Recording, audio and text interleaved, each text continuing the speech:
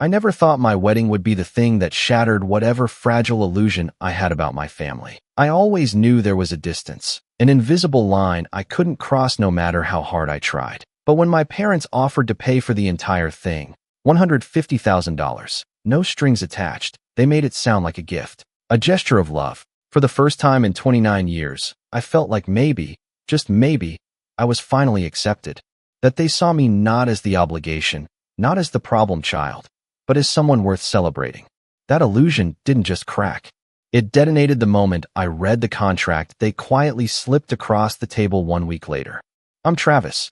I'm 29, live in Oregon, and I'm a civil engineer, one of those people who still actually uses math after college. I met my fiancée, Hannah, 3 years ago through mutual friends. She's thoughtful, grounded, kind in a way that makes people lower their guard. The kind of woman who remembers your coffee order after one hangout. We're getting married next spring, and we've been planning it together like a little team. It's been the one thing in my life lately that's felt safe, pure. But I should back up a little and explain where all of this began, because the wedding wasn't the first time my parents twisted love into leverage. It was just the first time I almost believed it wasn't a trap. Growing up, I always felt like the spare in my own family. My older brother, Ethan, was the golden child, varsity everything, honor roll, charming to a fault. I was the quiet one. I liked building things, sketching out bridges and skyscrapers in a notebook while my parents raved about Ethan's latest debate win or soccer trophy. I was never rebellious. I didn't sneak out or cause trouble. But I learned early on that in our household, attention was currency, and I wasn't holding the right kind. My mom, Diane, has a way of smiling at you like she's doing you a favor by acknowledging your presence. She's one of those suburban matriarchs who dresses like she's attending a charity brunch even when she's just going to the grocery store. My dad, Gary, is quieter, more reserved, but every bit as complicit. He's the kind of man who stays silent while the emotional damage happens right next to him, and then acts confused when you finally say you're hurt. I used to think he was just trying to keep the peace. Now I think he just didn't want to pick sides. Ethan could do no wrong, and I could do no right, even when I was trying my hardest. Every family vacation, every dinner table conversation, every Christmas morning, it all revolved around what Ethan was doing, what Ethan needed. When I got accepted into my college's engineering program with a partial scholarship, my mom's response wasn't congratulations. It was, well, thank goodness Ethan didn't choose that school. You would have been in his shadow again. I remember laughing like it was a joke, even though it burned. Still, I didn't grow up angry. I grew up resigned. I told myself I didn't need their validation. I told myself I was fine. And for the most part, I was, until we got engaged. When I proposed to Hannah last year, we kept it simple. Just the two of us, on a foggy coastal cliff, no social media blast, no audience. It was perfect. Her family was thrilled. Her mom cried on the phone, and her dad offered to help us build a little ceremony platform himself. My parents, well, they said congratulations, and then immediately asked when the wedding would be. Not if they could help. Not if we were planning something small or big. Just, so when's the date? It was like they were mentally slotting it into their calendar like a dentist appointment. Still, I didn't let it bother me. I was used to the indifference. But then, 2 months into the planning process, we invited both families over for dinner. It was the first time our parents were all in the same room, and I wanted it to be a warm, welcoming night, something that made Hannah feel like we were blending two families together. I cooked, Hannah decorated the apartment with candles and fairy lights, and for the first hour, things went okay. Her dad talked to my dad about fishing. Her mom and my mom bonded over centerpiece ideas. It was civil.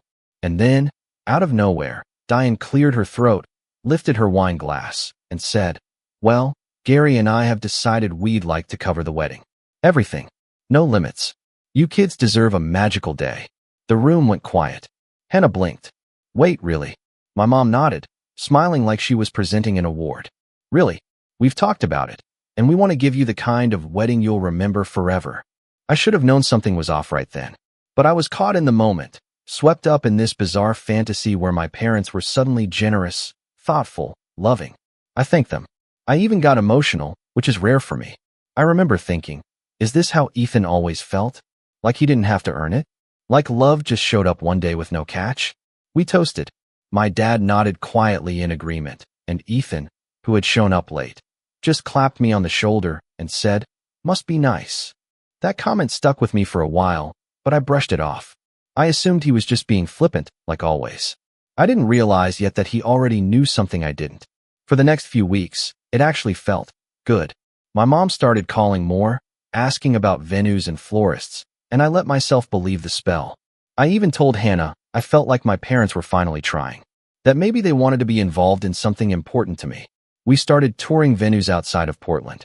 We found a perfect place on the coast, weathered wood, ocean view, wildflowers along the path. Pricey, but not outrageous. And since my parents had insisted they were covering it, we moved forward. And then, about a week after we put down the deposit, which I paid out of my savings, intending to be reimbursed, my mom asked if we could swing by the house for lunch. When we got there, it was just her and my dad, sitting at the patio table with a manila folder in front of them like it was a real estate deal. There were glasses of lemonade. Homemade quiche. It looked innocent enough. "We just have a few things to go over," Diane said, flipping open the folder. It was a contract. At first, I thought it was just a checklist. Something helpful. A planner's guide. But as I started reading, my stomach dropped. It was 6 pages long. Typed. Formal. It outlined their expectations for the event. Approval over guest list, veto power over venue choice, which we had already chosen. Dress code enforcement, Hannah's dress, to be approved by mother of the groom. Inclusion of Ethan as best man. Family table arrangement plans that didn't include Hannah's siblings. It even specified a speech order, with my mother going first. At the bottom, in neatly spaced legal font, it read, "The undersigned agree that failure to adhere to the above stipulations may result in revocation of financial support at any stage prior to the ceremony." I looked up at them, heart pounding. "What is this?" My mom smiled. "Just a formality, sweetheart. You know, so we're all on the same page. It's not personal. We just want to make sure the wedding reflects our family's values." I stared at her like she'd just spoken a different language. I couldn't believe what I was holding. Hannah hadn't even read it yet. She was frozen, eyebrows furrowed, blinking in confusion. I said, "So if we don't agree to all of this, you'll just pull the money?" Gary finally spoke. "It's a lot of money, Travis. We have to be careful." The words echoed. "We have to be careful." Like I was a risk. Like I hadn't been careful my entire life, tiptoeing around their expectations, trying not to ask for too much. I didn't say anything then. I think I just stood up, took Hannah's hand, left the quiche untouched on the plate. We drove home in silence, the folder sitting in my lap like it was radioactive. That night, Hannah finally asked, "Did you know they'd do something like this?" I wanted to say no. I wanted to say this shocked me. But deep down, I think I always knew. I just never thought they'd put it in writing. And that was the moment I realized this wasn't about generosity. It was never about love. It was about ownership, control. They didn't see this wedding as a celebration of my future. They saw it as a chance to finally script the one event in my life where I might be center stage, so they could hijack it before I ever had the spotlight. But I wasn't about to let them. And that's when the real plan started to take shape. The week after the contract debacle, I didn't say much. Neither did Hannah. We kind of just floated in this weird space where everything felt like a dream you didn't want to talk about, because saying it out loud would make it worse. I kept thinking about the way my mom had smiled when she handed me that folder, like she genuinely believed it was normal. Like she thought I'd be grateful for the opportunity to hand over my wedding like it was a school project she was entitled to grade. We didn't sign it. That part is obvious. But we also didn't confront them. Not yet. I needed time to process. Hannah was livid in a quiet, shaking way. She didn't yell or rant, but she did take down all the mood boards she'd made for the wedding and put them in a box. When I asked why, she just said, "I need to know what we're actually allowed to dream about before I plan anything else." That one hurt. For a brief moment, I almost caved. The money was a safety net. Without it, we'd have to scale back everything.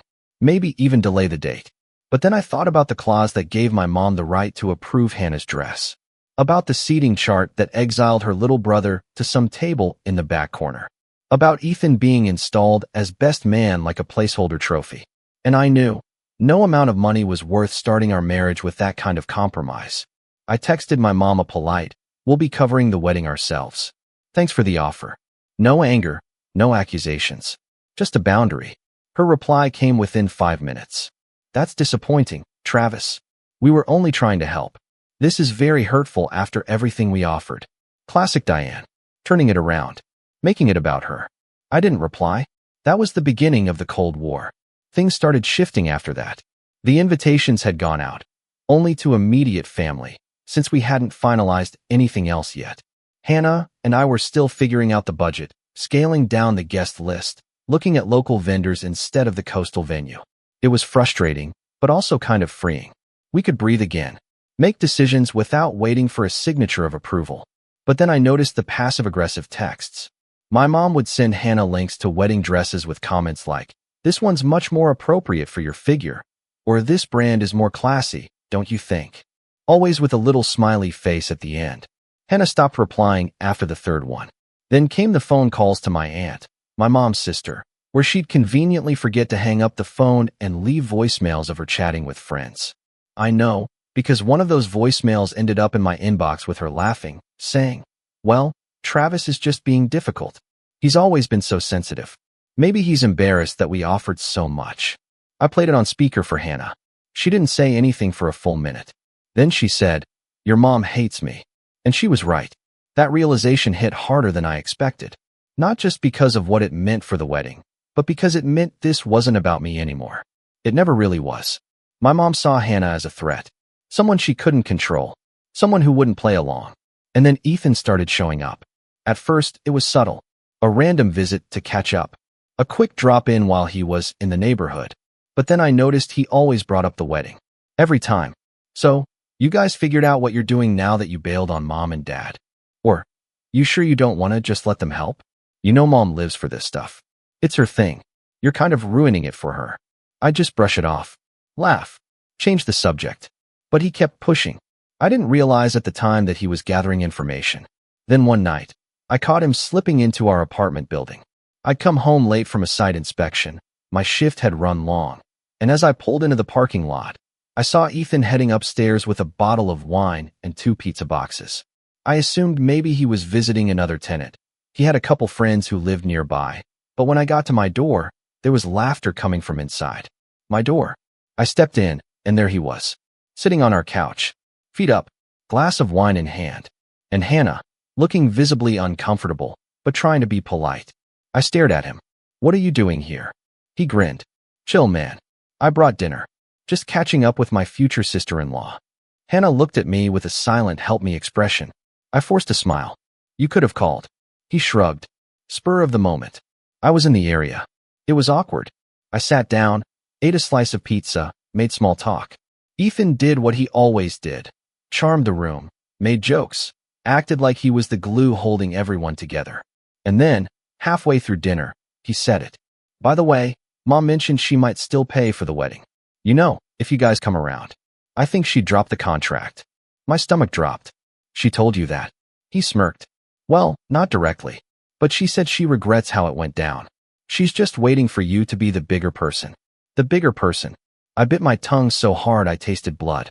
That night, after he left, I asked Hannah how long he'd been there before I showed up. "About 20 minutes, she said. "He didn't do anything wrong. But he kept asking weird questions. Like, what kind of honeymoon we were planning. If we were doing a prenup. Stuff like that." It clicked then. Ethan was reporting back. Feeding information to my mom. Playing middleman. Acting like he was brokering peace when really, he was scouting weaknesses. I blocked him the next day. No drama. Just enough. But that wasn't the breaking point. That came 2 weeks later. We were finalizing the new venue. A small vineyard just outside of town. Affordable, beautiful, and perfect for the scaled-back ceremony we'd come to love. It was an oceanfront, but it felt like us. We were picking out chairs when Hannah's phone buzzed. She looked at the screen and went pale. "It's your mom," she said. "She just posted something." I took the phone. Opened Instagram. There it was. A full post. Professionally shot photos of a wedding table setup. Elegant, gold-trimmed menus. Huge floral centerpieces. Captioned, "Excited to begin planning Travis and Hannah's big day? Can't wait to celebrate with all our loved ones next month. Hashtag #MotherOfTheGroom, hashtag wedding plans." Next month. We hadn't even set a final date yet. The comments were pouring in. Can't wait. So happy for them. Your son is so lucky to have a mom like you. Beautiful taste, Diane. Is this the actual venue? My mom had posted fake wedding photos and announced a wedding date we hadn't approved. I called her. She didn't answer. I called again. She picked up on the third ring. Hi, honey. Did you see the post? Yeah, I said, trying to stay calm. What is that? She laughed. Just a little something to get people excited. It's not set in stone. We haven't even chosen the date yet. Well, I figured I'd help move things along. You've been dragging your feet, and people keep asking me when the wedding is. It's embarrassing not to have an answer. I was speechless. She continued. Besides, that's the venue I would have chosen. So elegant. Don't you think it fits our family's image better? Our family's image. I felt something in my chest snap. This isn't your wedding, I said. You're not planning anything. There was a pause. Then she said, Travis, you're being very difficult. Maybe you're not ready to get married if you're this defensive. I hung up, not out of anger, out of finality. But it wasn't over. That same night, my dad emailed me. An actual email. Subject line, clarification on family contributions. Inside was a PDF, again, professionally formatted. It outlined a new offer.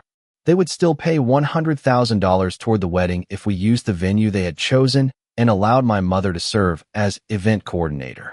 It even had a clause stating that in the event of divorce, any gifted funds may be subject to reimbursement depending on circumstances of fault. I read that part twice. They were planning for reimbursement in case of divorce. That was it. That was the moment I knew this wasn't just about control. It was about legacy, image, ownership. My parents didn't want to help me start a life. They wanted to buy a front row seat to a performance they could direct. And if I stepped out of line, they'd pull the funding. Or worse, claim damages. I printed the email, put it in a folder, labeled it leverage. And for the first time in my life, I stopped trying to be accepted. I started thinking about how to take everything back. Everything they tried to manipulate. Everything they tried to own. And I realized, revenge isn't always about payback. Sometimes it's about freedom. Sometimes it's about finally being the one holding the script. And that's when I made the call. Not to them. Not to Ethan. But to someone else in the family. Someone who'd been quietly waiting on the sidelines. Someone with their own score to settle. For the first time in my life, I didn't reply with an apology. I didn't try to smooth things over. I didn't go to Ethan and beg him to stay out of it. I didn't chase after my parents, trying to explain how it all wasn't a big deal. I just stopped. It was like finally walking out of a room I didn't even realize I'd been locked inside. But that doesn't mean it didn't hurt. Because it did. A lot more than I expected. See, when you grow up in a house where love is transactional, you learn to normalize it. You don't call it control, you call it expectations. You don't call it emotional blackmail, you call it discipline. And when someone hurts you, you tell yourself they didn't mean to, that they love you in their own way. But now, staring at a literal contract threatening reimbursement if my marriage didn't succeed on their terms, I couldn't lie to myself anymore. It wasn't love. It was branding. And I was done carrying their logo. But knowing that didn't make it easier. If anything, it made the silence worse. For weeks, I heard nothing. Not from my parents. Not from Ethan. Not from the cousins who used to text me occasionally about holidays or birthdays. It was like I'd been wiped from the family group chat, literally and metaphorically. The final nail came when my aunt, Mom's sister, called me out of the blue. Travis, she said, after some hesitant small talk. I just want to say I'm sorry. I paused. For what? For not speaking up sooner. Diane's been difficult. I've seen it for years. I just always told myself it wasn't my place. There was a beat of silence. Then she said, You know they've been telling people you and Hannah eloped behind everyone's back, right? That you're hiding something. My stomach dropped. I haven't even gotten married yet. She sighed. I know. But Diane said she's cutting ties because you're being secretive. That you're disrespecting the family. I thanked her, barely holding it together, and ended the call. That night, I cried in the shower. Not the kind of movie cry where a single tear rolls down a perfect cheek. No, it was messy, raw, the kind of cry that makes your shoulders shake and your legs go weak. I didn't even tell Hannah. I didn't want her to worry. I didn't want to give my parents the satisfaction of knowing they'd broken something inside me. But in that breakdown, something else started to grow. Resolve. We scaled everything back after that. No more big vineyard venue. No more fancy caterers or floral designers. We scrapped the idea of a plated dinner and decided to do a food truck setup instead. Hannah's best friend's uncle had one. Mexican fusion, ridiculously good. And when he heard our situation, he gave us a massive discount. I picked up extra shifts at the firm. Hannah took on a few more freelance writing gigs.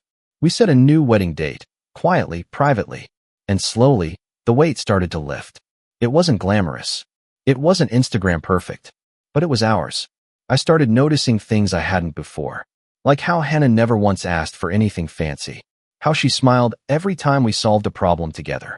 How she hugged me just a little tighter after every setback. And something about that made me realize I'd spent so long trying to earn my parents' approval that I forgot I already had everything I needed. Hannah didn't love me because I was impressive. She loved me because I showed up. And I was finally learning how to do the same for myself.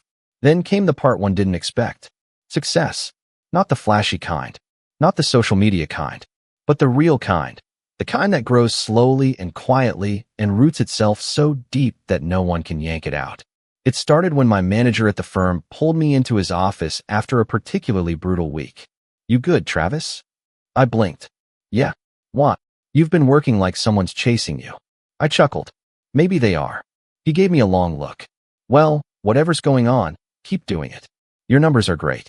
Your last report blew the client away. I've got a lead project I'm moving you to. Higher pay. More responsibility. You ready for that?" I said yes before he even finished the sentence.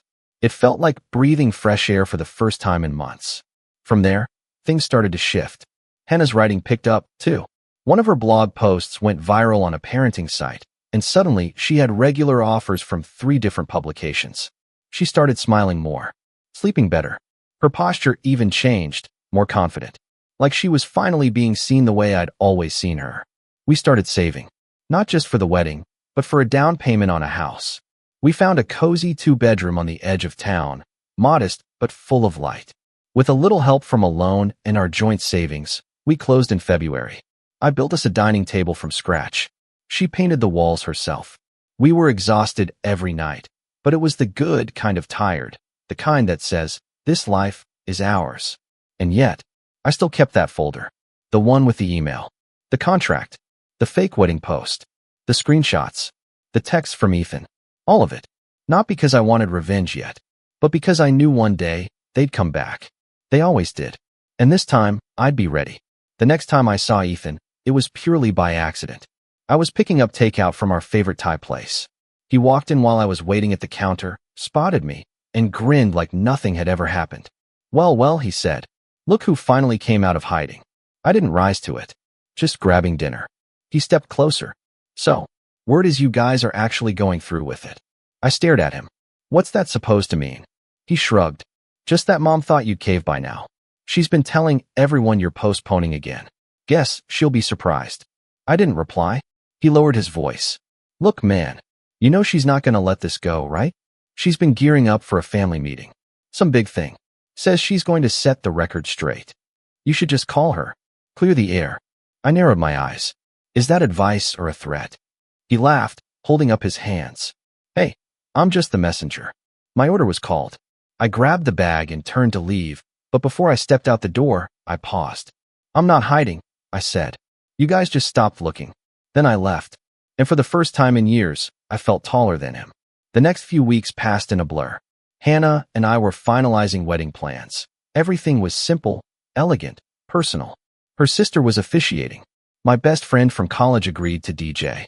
We had backup power in case the park's outlets failed, and a local bakery gave us a deal on a 2-tier cake. Nothing fancy, but everything felt intentional. Still, I knew something was coming. You don't poke a queen bee and walk away untouched. And sure enough, it came in the form of a letter. Not an email, not a text. A literal, handwritten letter in my mailbox. From Diane. The envelope was cream-colored. Heavy paper. Smelled faintly of her signature perfume, lavender and judgment. Inside were 3 pages. Front and back. Slanted cursive. Perfect grammar. It started like this. "Travis, I've thought long and hard about how to reach you. Clearly you've decided to cut us out without explanation, and that's your choice. But I refuse to let lies and misunderstandings shape the narrative of our family." It only got worse from there. She accused Hannah of manipulating me. Said our wedding would be a small, sad affair, that would embarrass our family name. She implied that we were squandering the opportunity to build something elegant and lasting. She even included a list of approved guests she expected to be invited. At the bottom, she wrote, "We'll be hosting a family gathering on the 5th to address this face-to-face. I trust you'll have the decency to attend. No RSVP, no option, just an expectation." That was the moment something shifted again. Not anger, not sadness, clarity. Because this wasn't a family anymore. This was a PR machine, and I was just another asset they couldn't control. But unlike before, I wasn't powerless.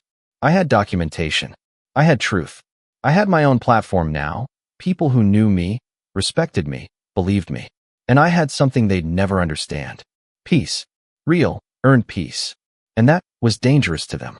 Because for people like Diane and Ethan, peace isn't real unless they orchestrate it. So I didn't go to their family gathering. I didn't respond to the letter. I didn't explain myself. Instead, I made another call. This time to my aunt. The one who had apologized. The one who had quietly drifted from Diane's side and started asking real questions. "Travis," she said, "you don't know how many people are quietly cheering you on." And when she said that, I realized. They're not just watching. They're waiting. Waiting for someone to stand up and show that you can walk away. That you can build something without the strings. That legacy isn't defined by who raised you, but by what you rise from. And I wasn't done rising yet. It's funny how much power you gain once you stop asking for permission. Once I let go of the idea that I owed my parents anything, love, loyalty, explanations, I saw everything differently. I saw them differently. And I saw myself for the first time as someone who didn't need their approval to feel whole. That shift didn't just change me emotionally. It gave me clarity. It made me strategic. Because if there's one thing Diane and Ethan never expected, it was for the quiet, overlooked son to turn into a threat. But before I tell you what I did, you need to understand something about my family. Reputation is everything. My mother runs her life like a public relations firm. Every holiday card is a photo shoot. Every conversation is a press release. Every family member is a brand ambassador for her curated narrative. And in that narrative, Diane is the flawless matriarch holding it all together. Elegant, generous, beloved. Ethan is her crown jewel. And I was always the afterthought. Until I became the scandal. The embarrassment. The defector. Once I rejected the contract and stepped away from the wedding circus, Diane's carefully built image started to show cracks. She couldn't just admit her younger son had walked away from her money and control, so she spun the story. She told relatives I was emotionally unstable, that Hannah was isolating me, that we were rushing into marriage without family support. And for a while, I stayed quiet. I let her talk. Let her spin her story to cousins, friends, church ladies, Facebook acquaintances.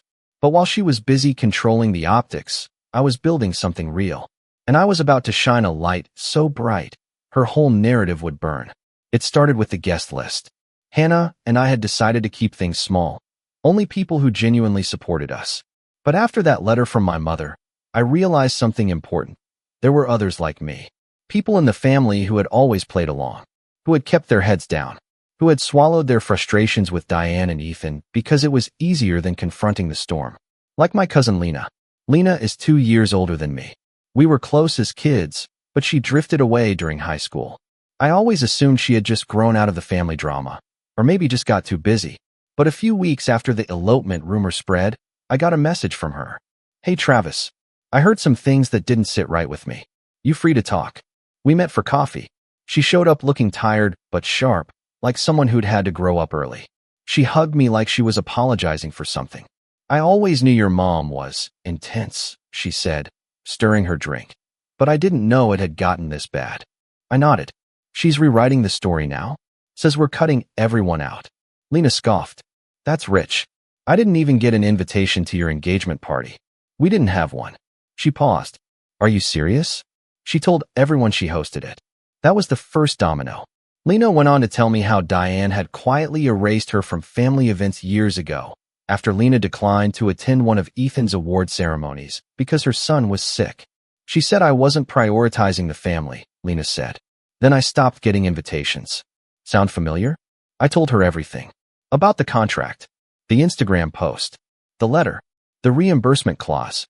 By the time I finished, She was gripping her coffee cup like it might shatter. "Travis," she said, voice low, "I have something you need to see." She pulled out her phone, scrolled, showed me a photo from 2 years ago. Ethan at a charity gala, smiling for the camera with a woman who was not his fiancée at the time. Lena zoomed in. They were together for 6 months. Everyone knew. Your mom threatened to cut ties with anyone who said a word. My jaw clenched. I remembered that time period. Ethan had gone quiet, said he was focusing on work. Diane said he was figuring things out. Turned out he was cheating, and the whole family had protected the secret. Lena looked me dead in the eye. You're not the first person she's tried to silence. You're just the first one who fought back. That's when the idea started forming. The next few weeks, I became someone else. Not the quiet son. Not the black sheep. Not even the hurt child looking for validation. I became deliberate. Every interaction, every conversation, I tracked it. I saved emails, screen-recorded voicemails, screenshot text messages from flying monkeys. I knew Diane was watching my every move through mutuals and distant cousins, so I started posting subtle clues, photos of me and Hannah smiling while painting our new home, captions like, "Building something from the ground up, together." I wasn't clapping back. I wasn't playing her game. I was subtly undermining it. People started reaching out. Second cousins, family friends, even an old neighbor who used to babysit me and knew Diane from church. They shared stories, screenshots, passive-aggressive messages, backhanded compliments. It all painted the same picture. A woman obsessed with control, now unraveling as that control slipped away. And then came the real opportunity. My parents were planning an anniversary party, 30 years. A big, glamorous affair. They'd already booked the venue. Ethan was going to give a speech. The whole extended family was invited. Except me. But Lena was. And so was Hannah's sister, who, funnily enough, had a mutual friend working at the event space. That's when I made my move. I started planning something of my own. It wasn't sabotage. I wasn't going to crash their party or embarrass them publicly. That would just validate their narrative, that I was unstable, vindictive, out of control. No, my revenge had to be clean, elegant, undeniable. I called a local journalist who ran a blog focused on family dynamics, generational trauma, and the concept of going no contact. She wasn't a huge name, but her blog had a dedicated following, and her stories often went viral when shared in the right circles. I pitched her a story, how I planned my wedding without my parents, and discovered their love was always conditional. She was intrigued. We met for an interview. I provided evidence, emails, messages, screenshots, copies of the contract. I told her she could anonymize names, but keep the details real. I didn't want sympathy. I wanted truth. The piece went live the week before their anniversary party. I didn't promote it. Didn't tag anyone. Didn't post a single link. But I knew how my mother operated. She Google searched our names monthly, tracked mentions, monitored family online activity. And once the article started picking up traction, hundreds, then thousands of shares, someone was bound to send it to her. And someone did. Because 3 days before the party, I got an email from Diane. Subject, "How dare you?" It was 3 paragraphs of seething rage. She called me ungrateful, accused me of airing dirty laundry, said I'd embarrassed the family and permanently damaged our reputation. She said Ethan was furious, that guests were canceling, that people were asking questions. Then she made a final offer. If you want to fix this, retract the article. Issue a public apology. We'll forgive you, and we'll still pay for the wedding, if you're willing to do it the right way. I didn't reply. Instead, I called my manager at work and requested the time off I'd been banking.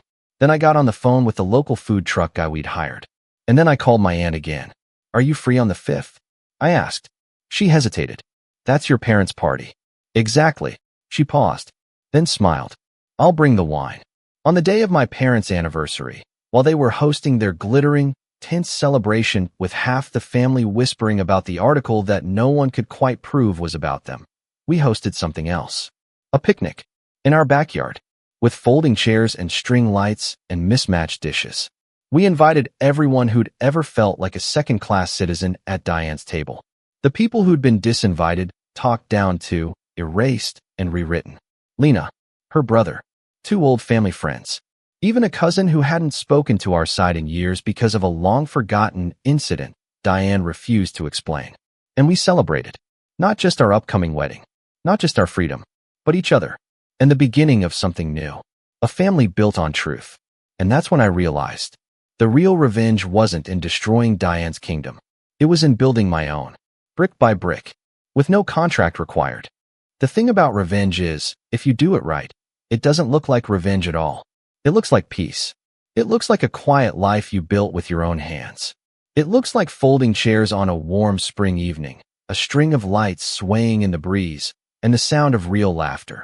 Not the rehearsed kind people use to keep up appearances, but the deep, unfiltered kind that leaves your cheeks sore. That's what our picnic felt like. That's what freedom felt like. And while Diane and Gary were posing for photos in a hotel ballroom across town, flanked by centerpieces the size of toddlers and forced smiles from guests who had read the article but were too polite to ask, I was watching my cousin's son chase a frisbee barefoot across our yard. That night wasn't just symbolic. It was a message, a new beginning. But the fallout? That was the part one didn't even have to orchestrate. It started the very next morning. Lena called me first. Your mom's party ended early, she said, a grin in her voice. And not because of the food. Apparently, about halfway through the dinner service, someone brought up the article at their table. Not in a confrontational way, more like curiosity. Did you see that story going around Facebook? Sounds a lot like the Johnson family, doesn't it? My mom turned red. My dad turned pale. Ethan tried to laugh it off. But then someone else mentioned it. And another. And suddenly Diane's perfectly choreographed gala was buzzing with whispers. Not about her 30 years of love with Gary, but about the anonymous son who exposed his parents' wedding sabotage and the contract that came with their love. Guests left early.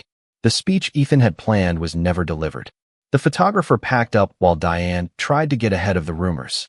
But it was too late. The story was out. And even if no one said it to her face, she knew they knew. The damage was done. Over the next few days, I started getting emails. Not from my parents. They were radio silent. But from relatives. Some were apologies. Some were subtle admissions. Some were just stories. One came from my dad's cousin in Arizona, who hadn't spoken to us in over a decade. She said she read the article and cried. Said it reminded her of how she'd been iced out of a family wedding for asking too many questions about finances. Another came from a former friend of Diane's from her book club. You always seemed like such a sweet boy, she wrote. I'm sorry I didn't see what was happening sooner. Your story made me rethink a lot of things. But the message that hit the hardest came from my grandmother, my dad's mom. She was 84, mostly quiet during family events, and had never once taken a side in anything. She sent me a handwritten letter, actual paper, with a check for $1,000 and a note that said, I can't undo the way this family has treated you. But I see you now, and I want to help. No contracts. Just love. I read that one out loud to Hannah. She cried. And I finally did too. Now, you might be wondering, what about Ethan? What happened to the golden boy? Well, that part was almost anticlimactic. A month after the anniversary party debacle, word got around that his company, a mid-sized marketing firm, had read the article and pieced together the connection. Turns out, some of his clients didn't love the optics of being associated with a family scandal involving emotional manipulation and a wedding contract. One dropped them, then another. His boss put him on temporary leave. According to Lena, Diane tried to spin it as cancel culture. But the truth was, Ethan had coasted for so long on charm and connections that the moment those connections started to question him, he had no substance to fall back on. The image cracked, and there was nothing underneath. We didn't talk. I didn't reach out. But he did try once. A short email. Look, I didn't mean for it to go that far. I was just trying to help Mom. I thought you were overreacting. Guess I was wrong. Hope you're doing well. I read it twice. Didn't reply. There was nothing left to say. My parents? They didn't show up to our wedding. We didn't expect them to. What we didn't expect was for them to send a letter through their lawyer 2 weeks before the date. A cease and desist accusing me of defamation and requesting the removal of the blog article. I forwarded it to the journalist, who laughed and replied, Tell them to take it up with my First Amendment rights. It was the last time I heard from either of them. Not even a Christmas card. Not a birthday message. Not a passive-aggressive Facebook post. Nothing. The silence that once terrified me now felt like peace. The wedding, by the way, it was perfect. No, seriously, not in the Pinterest board, 5-figure dress kind of way. It was perfect because it was ours. We got married under a tree wrapped in lights. Hannah wore a simple lace dress that she'd altered herself. My best friend officiated. My aunt, the one who'd finally stood up for me, gave a toast that made everyone laugh and cry at the same time. We danced barefoot. We had tacos and churros and sangria in mason jars. When it rained halfway through the night, no one ran. We pulled out umbrellas and kept dancing under the stars. And somewhere between the music and the speeches and the quiet hand squeezes from the people who truly loved us, I realized I didn't just survive my family's betrayal. I grew from it. They had tried to buy my loyalty. They tried to trade money for control. And when I said no, they tried to erase me. But in doing so, they showed me exactly who they were. And in walking away, I discovered exactly who I was. A year later, the blog post still floats around. Occasionally, someone will email me, a stranger, to say thank you, to tell me their story, to say they finally found the courage to cut ties with a parent who used money as a leash. I don't regret a single word of it. And if I ever do start to waver, I walk into our living room. I sit at the table I built with my own hands. And I look at the wedding photo we framed on the mantle. Hannah, me, and a yard full of real smiles. Not a single person in that picture is pretending. Not a single person is posing for someone else's approval. And that's when I remember. Love without conditions isn't a gift you wait for. It's one you build. Brick by brick. Day by day. Person by person. No contracts. No apologies. No strings attached. Just one simple truth. I don't need to be part of their family to have a real one of my own. When I was 15, I stood on the front porch of the house I grew up in with a trash bag in my hands. My clothes were stuffed inside like yesterday's laundry, wrinkled and smelling faintly of the detergent my mom always bought in bulk. She didn't even look at me when she handed it over, just shoved it into my chest, muttered, "Figure it out yourself," and slammed the door behind me. The click of the lock was louder than her words, and it burned into me like a brand.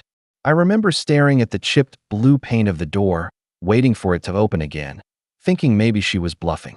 It didn't.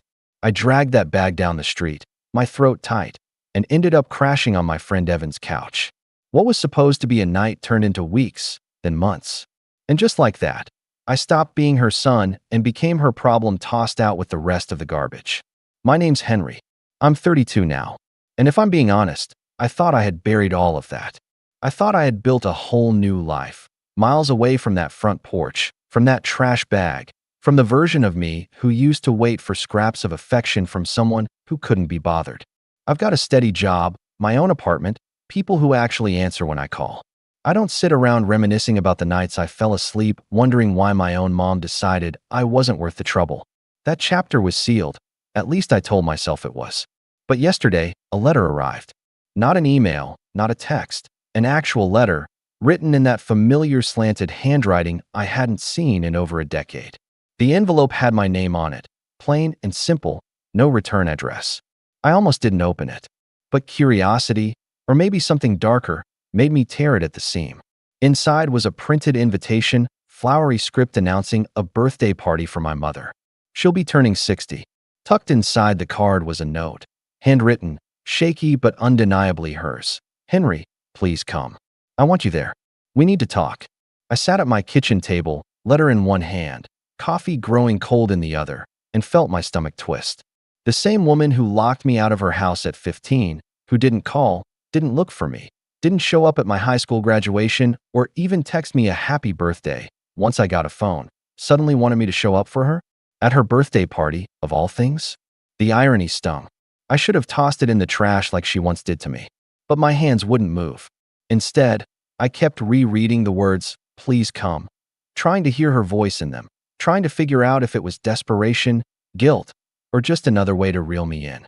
The thing is, my mom has a history of using people. It wasn't just me who got burned by her. My older sister, Lisa, walked away years before I did. Dad left when I was 8, and she made sure to paint him as the villain, but I know now he was just exhausted. Anyone who stayed too close eventually got drained, emotionally, financially, you name it. Mom had this way of turning people into tools, and when the tools broke or stopped working, she'd toss them aside. That's exactly what she did to me when I was 15. And yet, here I am, decades later, staring at this note like it's some kind of test. Like if I go, maybe I'll finally get an explanation. Or maybe it's just one more trick, one more setup. I keep remembering how, Even as a kid, she had a knack for timing her apologies. They always came when she needed something. Rent was due. A bill had piled up. A car broke down. She'd call me sweetheart or baby just long enough to get help, then switch back to cold silence the second her needs were met. So what's different now? Why this sudden birthday invitation with a handwritten note that sounds like begging? I can't shake the thought that she doesn't want me there for me. She wants something. And if history has taught me anything, it's that with her, there's always a catch. I left the letter on my counter last night, but I couldn't stop thinking about it. I kept hearing that lock click in my head, over and over, like it was happening all over again. Part of me wants to march into that party and remind everyone who she really is. Another part of me wonders if this is some cruel joke, that I'll walk in and find nothing but her smug smile waiting. And maybe the most dangerous part, the part one don't like admitting, is the small voice in me that still wonders if, this time, she means it. If maybe, just maybe, she regrets what she did. But then I remember the nights I spent with my head pressed into Evan's couch cushions, wondering if anyone cared whether I made it through the week. And the anger flares back up, sharp and hot. I don't know what I'm going to do yet. But I do know this. Whatever she's planning, whatever game she thinks she can play, I'm not the same 15-year-old kid standing helplessly on that porch. If I go, it won't be as the abandoned son with a trash bag in his hands. It'll be as someone who finally gets to decide what happens next. And maybe, she won't like the answer. When I woke up the next morning, the letter was still sitting on the kitchen counter where I had left it, half covered by yesterday's unopened mail. The sight of it made my chest tighten, like it was daring me to pick it up again. I made myself some coffee, sat down at the table, and tried not to look at it, but the words kept crawling back into my mind. Please come. We need to talk. I thought about just throwing it away, but my hands wouldn't do it. Not because I believed she was suddenly a changed person, but because a part of me needed to know why now. Why after all these years of silence? Why after birthdays missed, graduations ignored, and all those phone calls never returned? What had changed? When I was 15 and she locked me out, I had convinced myself I was too angry to care. But the truth is, it gutted me. I'd show up to school smelling like laundry detergent and stale couch cushions, pretending everything was fine. My teachers must have known something was off. How could they not? But nobody asked. Nobody really wanted to know. And my mom sure didn't come looking. I remember once, about 2 months after she locked me out, I gathered the courage to knock on that same blue door. She opened it, saw me standing there, and the first thing out of her mouth wasn't "How are you?" or "Come inside." It was, "What do you want?" Not even a question, more like an accusation. That memory resurfaced as I stared at her new invitation. The handwriting in the note was shaky now, not sharp and deliberate the way it had been when I was a teenager. Age had caught up with her. 60. It sounded old, though in my head she was still the woman who slammed that door on me without flinching. The one who told me, more than once, that Lisa was the responsible one, and I was just a handful. Lisa. I hadn't spoken to her in years, either. She had gone off to college a year before I was kicked out, and she made it clear she didn't want to be dragged into the mess between me and Mom. "Just keep your head down, Henry," she'd said on one of the rare nights we talked after I got thrown out. "Don't make things harder than they need to be." Easy for her to say, when she was always the golden child. Straight A's, polite smile, the kind of daughter parents bragged about at church. She didn't get handed a trash bag on the porch. She got care packages during finals week. That was Mom's way. Everything Lisa did was exceptional. Everything I did was disappointing. If I got a B, I was lazy. If Lisa got a B, the teacher must have been unfair. When I saved up for months working at the corner store to buy myself a used bike, Mom called it a waste of money. When Lisa got a car on her 18th birthday, Mom threw a backyard party. And now, decades later, I had the sneaking suspicion Lisa was involved in this invitation too. The handwriting was Mom's, but the planning? The printed card? That had Lisa written all over it. She was the organizer, the peacemaker, the one who always insisted families should stick together. Which, in her language, meant Henry should fall back in line and stop making Mom look bad. I checked the envelope again and noticed something I had missed before. Lisa's name scribbled faintly on the back flap. So it was her doing. She was the bridge, or at least she thought she was. I decided to call her. Against my better judgment, I dug up her number from an old contact list and dialed. She answered on the second ring. "Henry, Her voice was cautious, almost rehearsed. Yeah, got your little surprise in the mail, I said, keeping my tone even. She exhaled like she had been holding her breath. I wasn't sure you'd even open it. Look, it's Mom's 60th. She's been asking about you. I thought. You thought what? That after 17 years of radio silence, I'd show up to eat cake and pretend none of it happened. Her pause was long, and when she spoke again, her voice had that same sharpness I remembered. You're still bitter. I knew you'd be like this. I'm not saying what she did was right, but people change, Henry. She's older now. She's different. I laughed, a short, bitter sound. Different how? Did she suddenly remember she had 2 kids instead of 1? Or is she just running out of people to pay for her bills? Lisa sighed, and I could picture her pinching the bridge of her nose the way she always did when she thought I was being difficult. She just wants to see you, that's all. She regrets things, Henry. Don't you think it's time you stopped punishing her? Those words hit me harder than I expected. Punishing her? Was that what they thought I had been doing all these years? Punishing her? As if I had chosen to stay away out of spite, rather than survival. I clenched my jaw so tight it hurt. You and I both know she doesn't regret it, I said quietly. She only regrets not having me around when she needs something. Believe what you want, Lisa snapped back, her patience finally cracking. But at least come. It's one night. You'll see for yourself. She hung up before I could answer. I stared at my phone, my pulse racing. That old familiar cocktail of anger and shame washed over me. Anger at them for twisting the narrative, shame at myself for still caring what they thought. And underneath it all, a gnawing suspicion that Lisa was right about one thing. If I showed up, I would see for myself. But what I saw wouldn't be redemption. It would be manipulation. I could feel it already. That evening, I got a call from a number I didn't recognize. Against my better instincts, I picked up. Henry. The voice was raspy, weaker than I remembered, but still undeniably hers. Mom. I froze, gripping the phone tighter. Yeah. There was a pause, then a soft, almost theatrical sigh. I wasn't sure you'd answer. It's been so long. It has, I said flatly. I miss you, sweetheart. Her voice trembled, but it felt rehearsed, like an actor fumbling for sympathy. I've made mistakes. I wasn't a perfect mother. The understatement made me want to laugh, but I bit my tongue. That's one way to put it. I'm older now, she continued. I don't want to leave this world with regrets. All I want is my family together again, at least for one night. Her words were heavy, deliberate, each one meant to tug at something inside me. But what struck me most wasn't what she said, it was what she didn't say. No apology, no acknowledgement of the night. She shoved me out the door. Just vague phrases about mistakes and regrets. I stayed silent long enough that she finally filled the gap. Please, Henry, do it for me.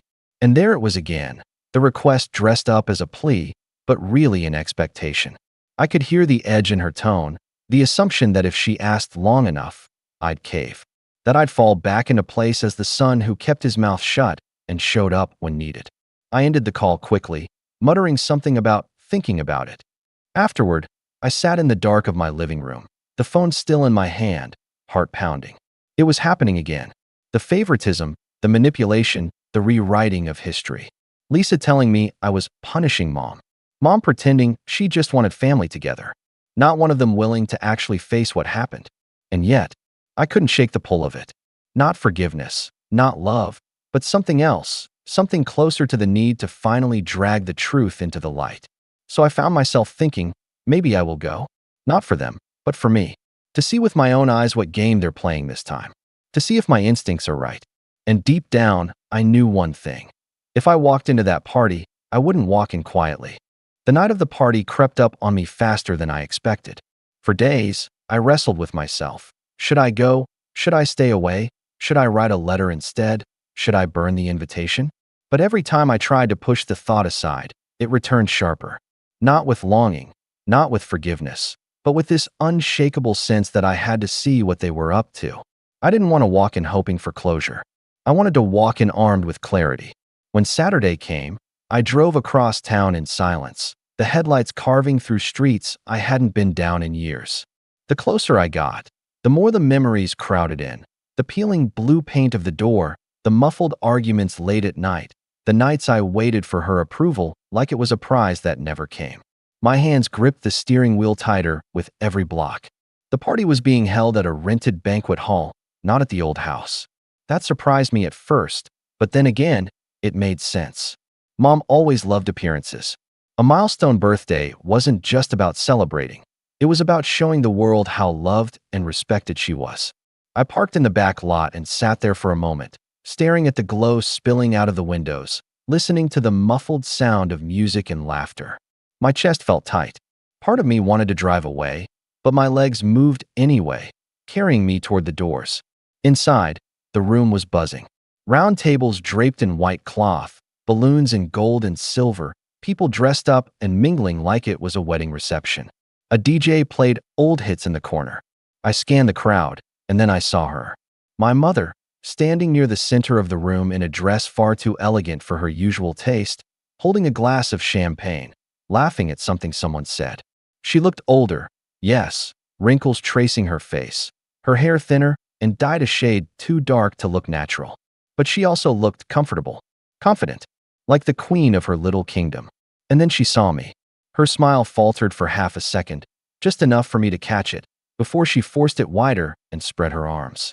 "Henry," she called out, loud enough that half the room turned to look. "My son." The words made me freeze. Not because of what she said, but because of how she said it.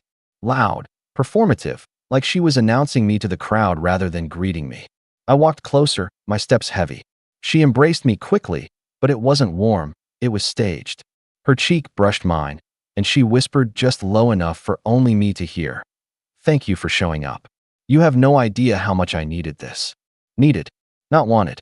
Not missed. Needed. I stepped back and looked around. Lisa appeared from the side, smiling in that way that was half genuine and half managerial, like she was proud she had pulled off some big reconciliation. "See," she said softly, patting my shoulder. "It's not so bad." I didn't answer. Instead, I found a seat near the edge of the room and watched. And what I saw made my stomach turn. Mom was working the room like a politician. Every time someone new came over, she'd gesture toward me and say, "This is my son, Henry. He's finally come back to us." As if I had wandered off on my own, as if she hadn't shoved me out the door with a trash bag in my arms. She never mentioned the years in between, never acknowledged the estrangement.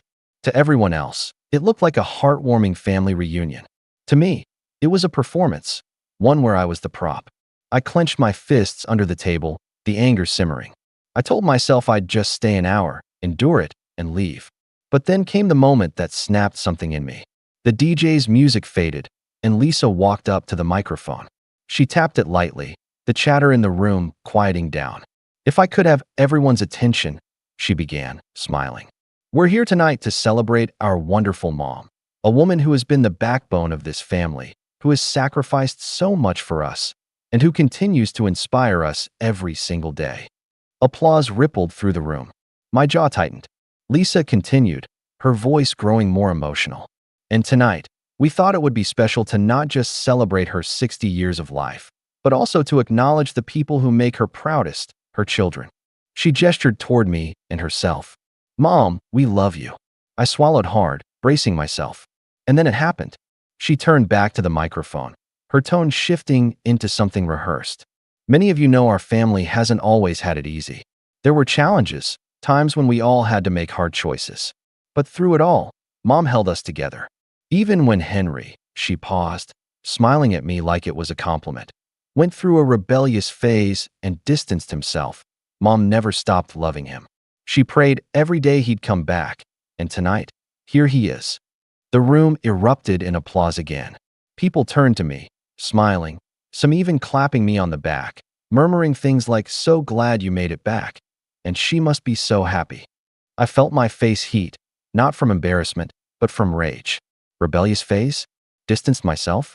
That's what they were calling it. The night she shoved me out with a trash bag had just been rewritten into a story where I was the one who left, and she was the saint who waited patiently for my return. And Lisa, my sister, was the one delivering it, wrapping it up neatly with a bow for everyone to applaud. I sat there, frozen, every nerve in my body on fire. My mother looked at me with teary eyes, as if to say, "Go along with it. Let them believe this story." She mouthed the words, "Thank you," again, like I had just handed her the perfect gift. That was the betrayal. Not the trash bag, not the years of silence. I had survived those. This was worse. This was erasure. This was them rewriting history in front of a crowd, painting me as the lost sheep who had finally come home, making her the long-suffering mother instead of the one who locked her child out on the street. I wanted to stand up and scream, to tell the whole room the truth, to drag out every ugly detail, every moment of neglect, every insult, every night I spent wondering if I mattered to her. My chest heaved with the urge, but my legs wouldn't move. Not yet. I caught Lisa's eyes across the room. She looked so proud of herself, so smug, as if she had orchestrated the perfect redemption arc for Mom, and I was just another piece on her chessboard. That look lit something inside me, something I hadn't felt in years. Not just anger, not just hurt, but resolve. Because in that moment, I realized something crystal clear. They weren't just asking me to come back. They were using me to rewrite the story, to absolve her, to make her look good, and I wasn't going to let that stand. Not anymore. The applause faded, but the ringing in my ears didn't. It wasn't just the sound of people clapping. It was the sound of my history being stolen, rewritten in real time, with smiling faces around me nodding as if they knew the truth. I sat stiff in my chair, hands pressed flat against my thighs to keep them from trembling. My face must have looked calm to everyone else, but inside I was splitting apart. Lisa stepped down from the microphone, her expression glowing with satisfaction, as if she had just pulled off some charitable miracle. Mom dabbed at her eyes with a tissue, the picture of a grateful matriarch. Strangers and relatives alike leaned across tables, whispering about how touching it was, how inspiring. And there I was, the prop in the center of their performance, expected to smile, nod, and play along. I couldn't. My throat felt like it was closing, my chest so tight I thought I might collapse right there. I excused myself quietly, slipping through the crowd before anyone could stop me, and pushed out into the night air. The parking lot was mostly empty, the hum of the party muffled by the closed doors behind me. I leaned against the cool metal of my car and finally let out the breath I had been holding. My hands shook. The rage that had been simmering was replaced now by something heavier, something that settled in my stomach like a stone. Defeat. For years I had imagined what it would be like to face her again, to walk into a room and finally hear her admit what she had done, to see her break down and tell me she was sorry. And I hated myself for realizing that. Even as I told myself I didn't care, some small, foolish part of me still wanted that. Still hoped for it. Still believed maybe, one day, she'd say the words. But standing there in the glow of the parking lot lamps, I finally saw it clearly. She never would. In fact, she had done the opposite. She had turned me into her redemption story, paraded me in front of her friends as proof of her undying love, and let Lisa spin a narrative that erased my pain entirely. And I had let myself walk right into it. The shame burned hotter than the anger. How many times had I promised myself I would never give her that power again? And yet, the second I walked into that hall, I had handed it back to her, like a leash around my neck. I sank into the driver's seat of my car, hands gripping the wheel, but not turning the key. Instead, I sat there, staring through the windshield at nothing, replaying every word, every look. I thought about being 15 again, standing on that porch with the trash bag in my hands. Back then, I told myself I'd never go back, that I'd prove her wrong, prove I could make it without her. And I had. I'd built a life. I had survived. So why did it feel like I had just been thrown out all over again? The cruelest part wasn't even what she or Lisa said. It was how easily the room had swallowed it. Nobody questioned the story. Nobody asked me what really happened. In their eyes, I was the prodigal son, and she was the patient mother. The narrative was set, and I was powerless against it. I felt that old familiar ache settle in my chest, the same one I used to feel lying awake at Evan's house, staring at the ceiling, wondering if I mattered at all. The ache of being unseen, unheard, rewritten by someone else's version of the truth. I stayed in the car for what felt like hours. I don't even know how long it was. Long enough for the party music to swell, for laughter to spill faintly through the walls, long enough for the night air to grow colder, and for my resolve to start hardening into something else. At one point, Lisa texted me, "Where did you go?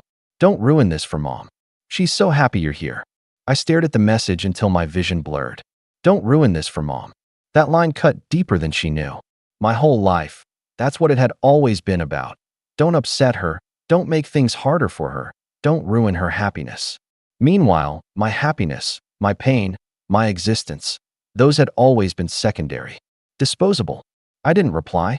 Instead, I sat in silence, letting the shame and rage stew together until they started to transform into something else. A thought crept in, small at first, but persistent. If they could rewrite the story once, what was stopping them from doing it again and again, until the only version left was theirs? That terrified me more than anything. That one day, years from now, the only thing people would remember wasn't what actually happened, but the version my mother and sister performed in rooms like that one. That my suffering, my abandonment, would be reduced to a rebellious phase. That I'd go down in family history as the difficult son who came crawling back, and she'd be remembered as the mother who never stopped loving me. The idea hollowed me out.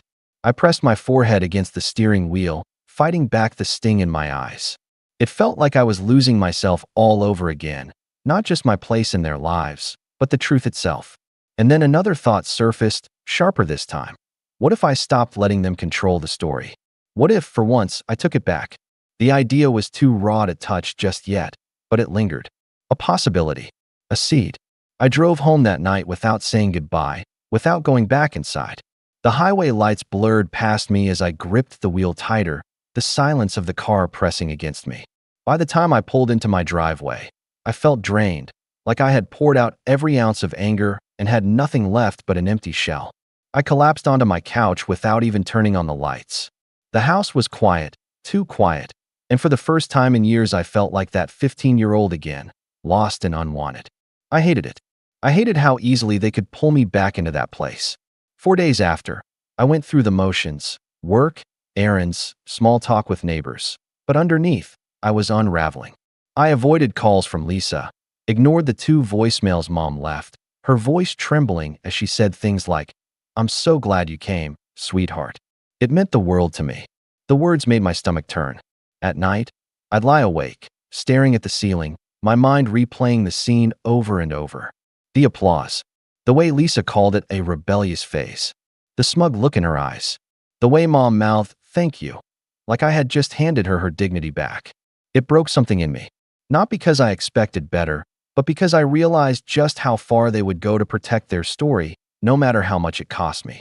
But as the days turned into a week, something started shifting.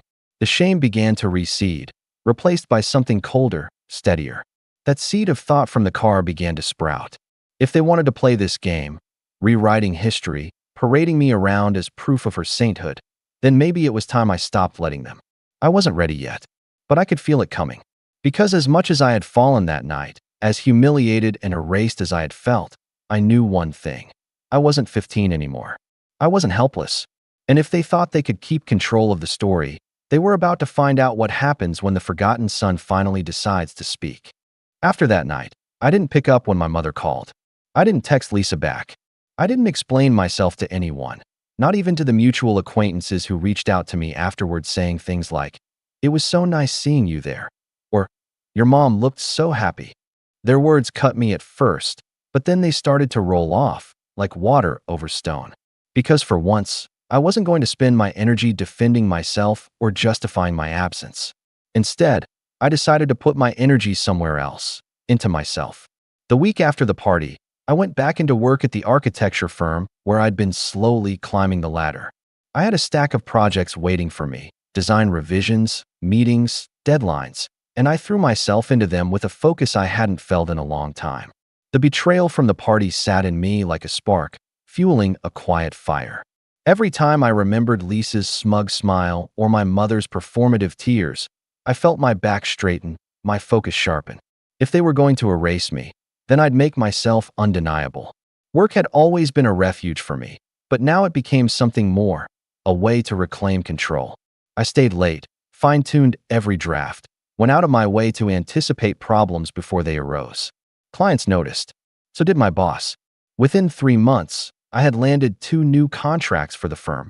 Big ones, the kind that put my name on people's radar. One evening, after presenting a design pitch that was approved without a single correction, my boss clapped me on the shoulder and said, "Henry, you've got a future here. Keep this up, and you'll be running your own team in no time." The words settled deep inside me, not because I needed his validation, but because it was proof that I could build something solid, something no one could rewrite or take credit for. Outside of work, I began investing more deliberately in myself. I started running in the mornings, something I had always told myself I didn't have time for. At first, I barely made it a mile without gasping for air. But day by day, it got easier. By the end of the month, I could run 5 miles without stopping. Each step felt like reclaiming a piece of myself I hadn't realized I'd lost. My apartment, once a place I came home to crash, slowly became a home. I repainted the walls, bought furniture that wasn't just functional, but something I actually liked, and for the first time in my life, I put up photos, pictures of places I'd traveled, of friends who had stuck by me, of the life I had built on my own. Every corner of that space whispered a truth I needed to hear. I wasn't the boy with the trash bag anymore. And as my life grew steadier, something interesting happened. People from my past started noticing. Evan, the friend whose couch I had crashed on when I was 15, reconnected with me. We grabbed dinner one night, and over burgers he shook his head and said, "Man, I always wondered how you turned out. Look at you now. You've built something." That meant more than he probably realized. For years, I had carried this quiet fear that people remembered me as the kid who got thrown out, the stray. But now, they were seeing me as I was, not as my mother's son, but as my own man. Even on social media, something I barely used, people noticed. A photo I posted of a building design I had worked on drew comments from old classmates, some of whom admitted they had no idea I'd even gone into architecture. One comment stood out, though. It was from a cousin I hadn't seen in years. She wrote, "Your mom brags about you all the time. Says you finally came back to the family. Glad you're doing well." At first, the words made my stomach twist again, proof that my mother was still spinning her narrative. But instead of collapsing under it, I felt something different this time. Anger, yes, but focused. If she wanted to brag, fine. But she wasn't going to be the one holding the pen on my story anymore. I was. That thought pushed me further. I began keeping a journal, not of my feelings, but of facts, memories, incidents. The night I was kicked out, the things she said to me, the ways Lisa covered for her. I wrote them all down, page after page, not to dwell on the past, but to anchor myself to the truth. If they wanted to keep rewriting history, I was going to keep a record of it as it really happened. My record. Over time, that journal became more than just notes. It became a blueprint. I didn't know what exactly I was building toward yet, but I knew I needed to be prepared. If another moment came where they tried to use me, I wasn't going to walk in blind again. Meanwhile, success at work kept climbing. I was promoted to lead architect on a mid-sized project, a library renovation in the city. The day I signed the contract, I sat in the conference room alone afterward and just let the moment sink in. A kid with a trash bag for luggage had just signed off on $1 million project. I should have been elated. And I was, in a way. But I also felt the faint shadow of something else. The echo of my mother's voice. The one that always told me I'd never amount to much, that I was reckless, lazy, too much trouble. That voice used to keep me up at night. Now, though, it only made me want to push harder, to prove not just to her, but to myself, that she had been wrong. Around this time, Lisa reached out again. She sent a message asking if we could meet for coffee. Against my better judgment, I agreed, mostly out of curiosity. We sat across from each other in a cafe downtown, her in a tailored blazer, looking every bit the polished professional. She smiled too easily, like nothing had happened at the party. "I'm glad you came," she said. "I wanted to check in. Mom's been talking about you nonstop since the party. She was so happy you were there." I stirred my coffee, not looking at her. Happy enough to pretend she didn't throw me out when I was 15? Her smile faltered, just slightly. "Henry, we were just trying to frame things in a way that wouldn't ruin the evening. You know how Mom is. She wanted people to see her as strong, as loving. So you lied." She leaned forward, lowering her voice. "Look, what happened back then, it was complicated. But the important thing is that you're back now. That we're a family again." I laughed softly, shaking my head. "You don't get it. I'm not back. I showed up once. That's it." Lisa frowned. "Why are you always so defensive? Mom's getting older. She doesn't have much time left. Don't you want to make peace before it's too late?" Her words hung between us, heavy with implication. And that was when I saw it clearly. This wasn't about me at all. This was about convenience, about controlling the story before time ran out. They weren't reaching out because they wanted me. They were reaching out because they wanted what I represented. Proof, validation, redemption. I walked out of that cafe more certain than ever. I wasn't going to give it to them. Instead, I went back to work, to my runs, to my journal. I poured everything into growing stronger, not just financially, not just professionally, but emotionally. Every day that passed, I felt a little steadier, a little more rooted in myself. And slowly, an idea began to take shape, not just to protect myself, but to turn the tables.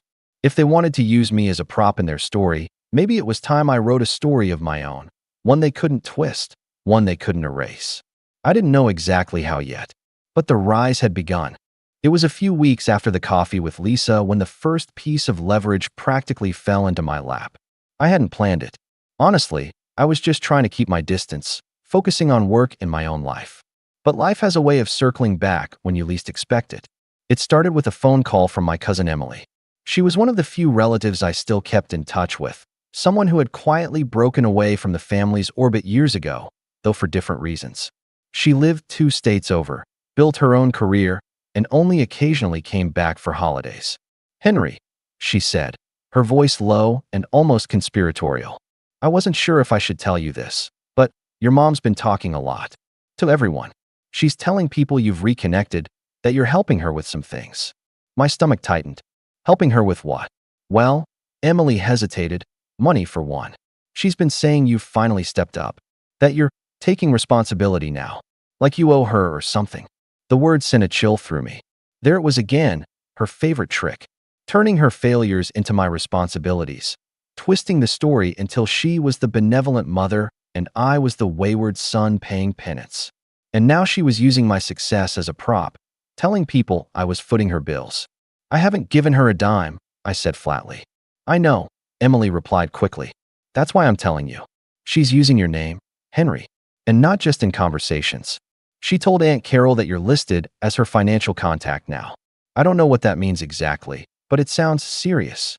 I thanked her, hung up, and sat in stunned silence. My first instinct was disbelief. Surely she wouldn't go that far. But with my mom, nothing was out of the question.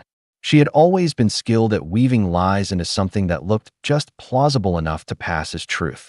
That night, I dug deeper. I still had Lisa's business card from the cafe meeting, and on the back of it was the firm she worked for. Out of curiosity, I searched for her firm online, browsed through their press releases, and, almost by accident, stumbled across a charity gala they had sponsored. There in the photo was Lisa, standing beside Mom, both of them smiling, both of them shaking hands with donors. The caption underneath mentioned that Lisa and her family had the unwavering support of Henry, who recently rejoined them. My stomach flipped. Recently rejoined them. The lie was spreading beyond family whispers now. It was being published, used publicly. My name wasn't just being dragged into their narrative. It was being cemented into it. I printed out the article and stared at it for a long time. That was when the idea sharpened. If they wanted to use my name, my reputation, my success, then maybe it was time I took control of how my name was used. But I couldn't just march into their lives guns blazing. Not yet. I needed information. Facts. Proof. So I started quietly gathering. I called a lawyer, someone I'd met through one of the firm's clients, and asked a few hypothetical questions. What happens if someone falsely claims you as a financial contact? Could they legally tie you into obligations without your consent? The lawyer's answer was clear. No, not without documentation. But, he added, if your name is being used without permission, you might want to get ahead of it. Establish a record. Paper trails are everything. That night, I began combing through every mention of my mother online. Social media posts, charity newsletters, even church bulletins. And sure enough, my name kept popping up. Always in vague, complimentary ways. Henry has been such a blessing. Henry's generosity shows how strong family bonds truly are. Lies dressed up as flattery, but lies nonetheless. Each time I found one, I printed it and slipped it into a folder I labeled receipts. It started as a thin stack. Within 2 weeks, it was an inch thick. The more I collected, the clearer it became.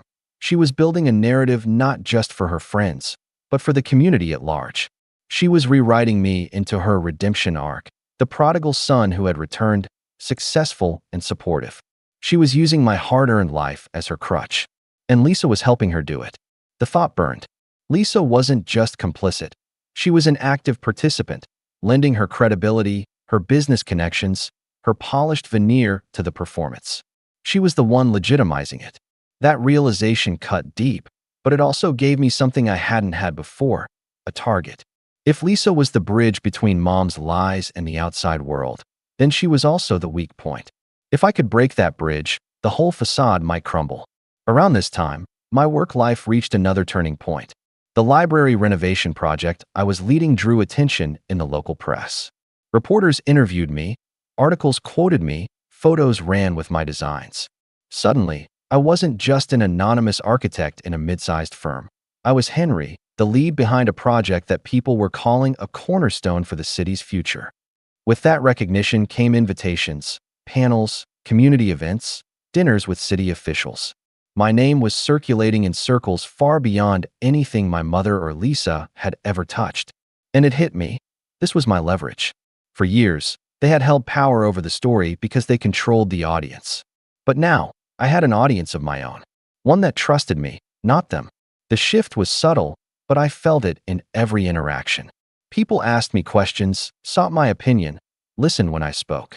For the first time, I wasn't the invisible kid waiting on the porch. I was the one standing inside, holding the microphone. Still, I stayed quiet. I didn't broadcast what I knew. I didn't confront them yet. Instead, I built my foundation stronger. I made sure my name was solid, untouchable. I networked, I accepted speaking engagements, I poured myself into my work. Every article written about me went into the folder alongside the receipts. Not just proof of their lies, but proof of who I really was. And then, one night, I got another call from Emily. "You should know," she said cautiously. "Mom's been telling people you're planning something big for her. Like a surprise. She says you're working on a project that's going to honor her." I felt my lips curl into a smile, not of amusement, but of something sharper. For once, her lie wasn't just insulting. It was useful, because if people already expected me to be planning something for her, well, maybe I would. Just not the way she imagined. That was the moment I realized. I didn't just have leverage. I had the perfect setup. She had given me the stage, handed me the microphone, and all I had to do was decide what story to tell when I finally stepped up to speak. And this time, it wouldn't be hers. Revenge, when it finally arrived, didn't come as a sudden spark. It wasn't impulsive or loud or messy. It was careful, measured, like watching the pieces of an intricate design fall into place, one line at a time, until the picture was clear. I had been patient. I had let them spin their lies, collect their applause, bask in their invented narrative. I had built my own foundation stronger and steadier, brick by brick, until I knew without a shadow of a doubt that I couldn't be undermined. And then I waited for the perfect opportunity. It came with another invitation. This time, it wasn't a birthday. It was a community recognition banquet at the very church where my mother had spent decades curating her reputation as a saintly woman who sacrificed everything for her family.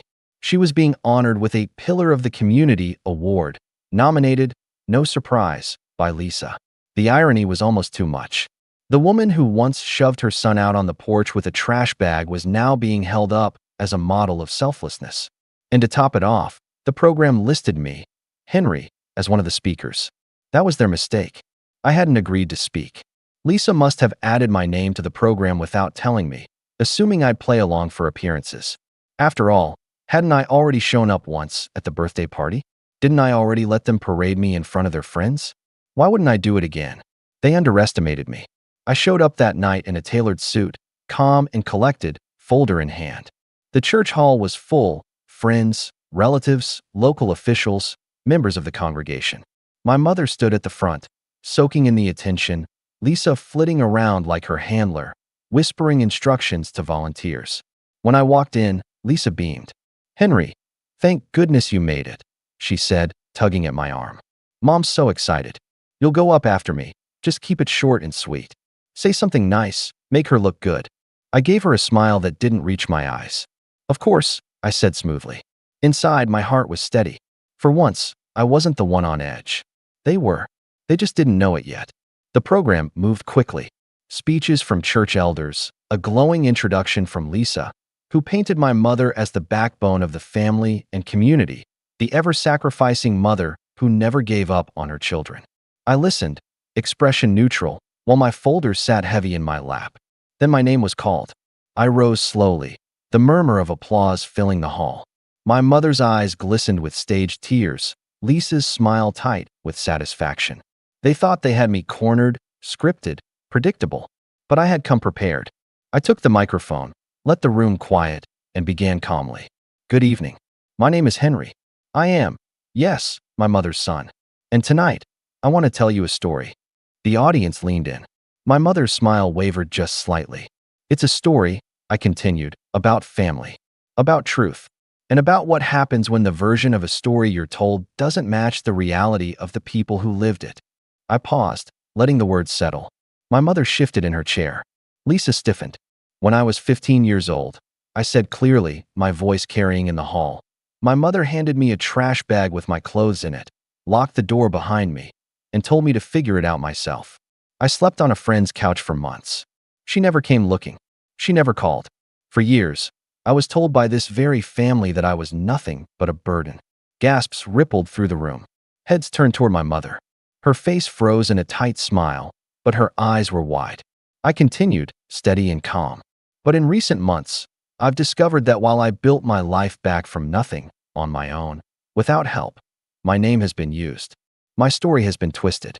I've been painted as a rebellious phase, as the son who left, only to return, proving my mother's endless love. That's the story you've been told. It is a lie. The room was silent now, the kind of silence that hums in your ears. I opened the folder in my hands, sliding out the stack of printed newsletters, bulletins, and articles. These are examples, I said, holding them up, of my name being used without my consent to build a false narrative. My success has been paraded as proof of someone else's redemption. But the truth is simple. I owe my mother nothing. Every achievement I've earned came despite her, not because of her. And I will not stand here tonight and let this charade continue. A murmur spread across the hall, uneasy, confused. My mother's face had drained of color, Lisa's lips pressed thin. I closed the folder, set it down, and looked directly at my mother. You wanted me here as a prop, a symbol of your patience and love. But I am not your story to tell. I am not your redemption arc. I am my own man. And tonight, I'm reclaiming the truth. For a moment, no one moved. Then someone coughed, the sound sharp in the silence. A few whispers broke out. I handed the microphone back to the stunned host and walked calmly off the stage. Behind me, I could feel the weight of the hall shifting, eyes darting between me and my mother, whispers spreading like wildfire. The perfect performance she and Lisa had choreographed was unraveling in real time. As I stepped outside into the cool night air, I felt the first real breath of freedom I'd taken in years. My hands weren't shaking. My heart wasn't pounding. I felt steady, in control, because for the first time, I hadn't just endured. I had spoken. I had taken the story back. And deep down, I knew this was only the beginning. The fallout hadn't come yet, but it would. When I stepped outside that night, the air was crisp, almost biting. For the first time in years, I felt lighter. Not because everything was resolved, far from it, but because I had finally said what needed to be said. I hadn't screamed. I hadn't begged. I hadn't broken down. I had spoken clearly, calmly, with evidence in hand, and then I had walked away. The weight of years spent silent had finally loosened its grip on my chest. But the real fallout began almost immediately. By the time I reached my car, my phone was buzzing with notifications. First, a call from Lisa. Then a text. Then another, the messages popping up one after another. What have you done? You humiliated her in front of everyone. Do you have any idea how bad this looks? Pick up the phone. Henry, we need to fix this. I didn't answer. I sat in my car, phone face down on the passenger seat, and let the silence swallow me. For the first time in my life, their urgency wasn't mine. Their panic wasn't mine. Later that night, Emily called me. She had been at the banquet. Henry, she said, her voice low but trembling with something I hadn't heard before, admiration. I don't think you realize what you just did. You should have seen their faces. People didn't know where to look. Some of them walked out right after you finished. I leaned back in my seat, staring up at the dark sky. Good, I said simply. Because that was the point, wasn't it? To break the illusion. to rip the mask off in front of the audience they had worked so hard to deceive. Over the next few days, the fallout only grew. Word spread quickly through the community. Some people called me brave.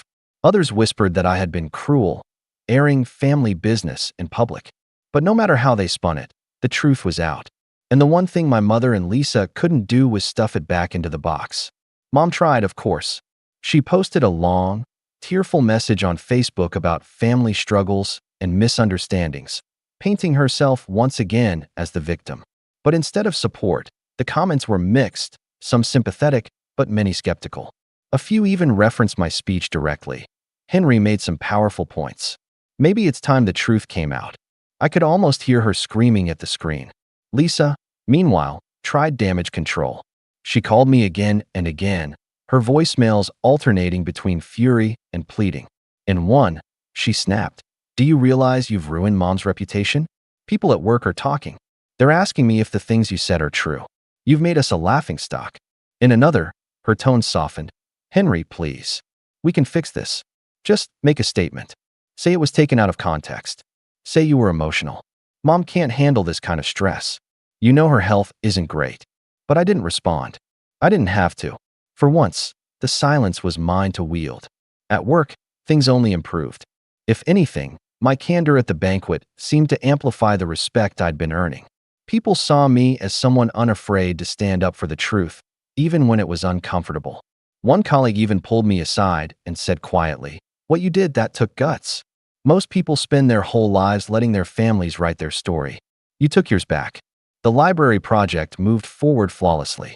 My name appeared in another article, this one with no mention of my mother, no ties to her fabricated redemption arc. Just me, Henry, standing on my own. But the real shift came about a week later, when Lisa showed up at my office. I was in the middle of reviewing blueprints when my receptionist buzzed me.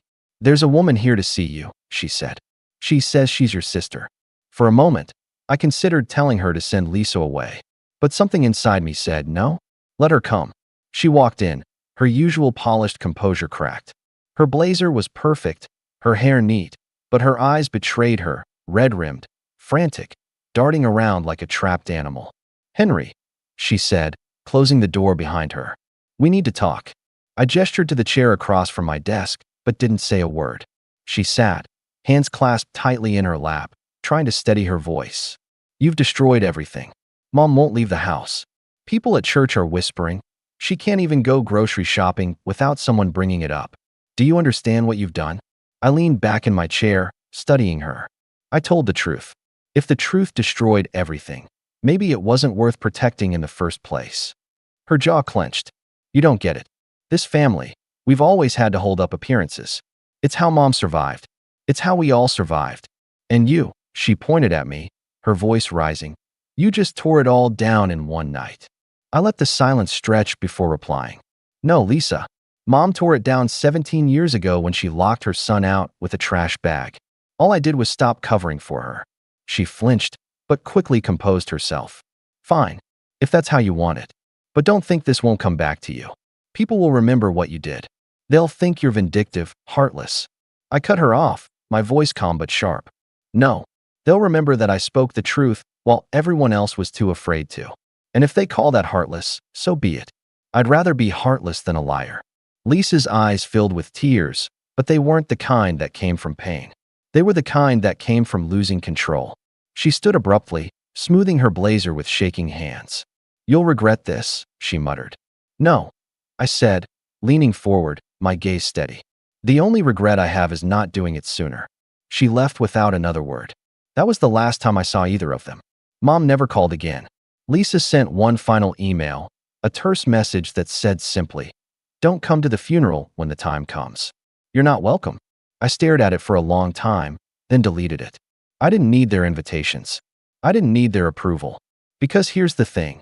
Revenge wasn't about making them suffer, not really. It was about taking back what was stolen from me. My voice, my truth, my story. And I had done that. Months later, the library I had designed opened to the public. The mayor gave a speech. Cameras flashed. My name was etched onto a plaque at the entrance. Lead architect, Henry Carter. I stood there, surrounded by colleagues, friends, and strangers who respected me for who I was, not who I had been told to be. As I ran my hand over the cool metal of that plaque, I thought about the trash bag, about the porch, about the 15-year-old boy who had believed, for so long, that he wasn't worth anything. And then I thought about the man I had become.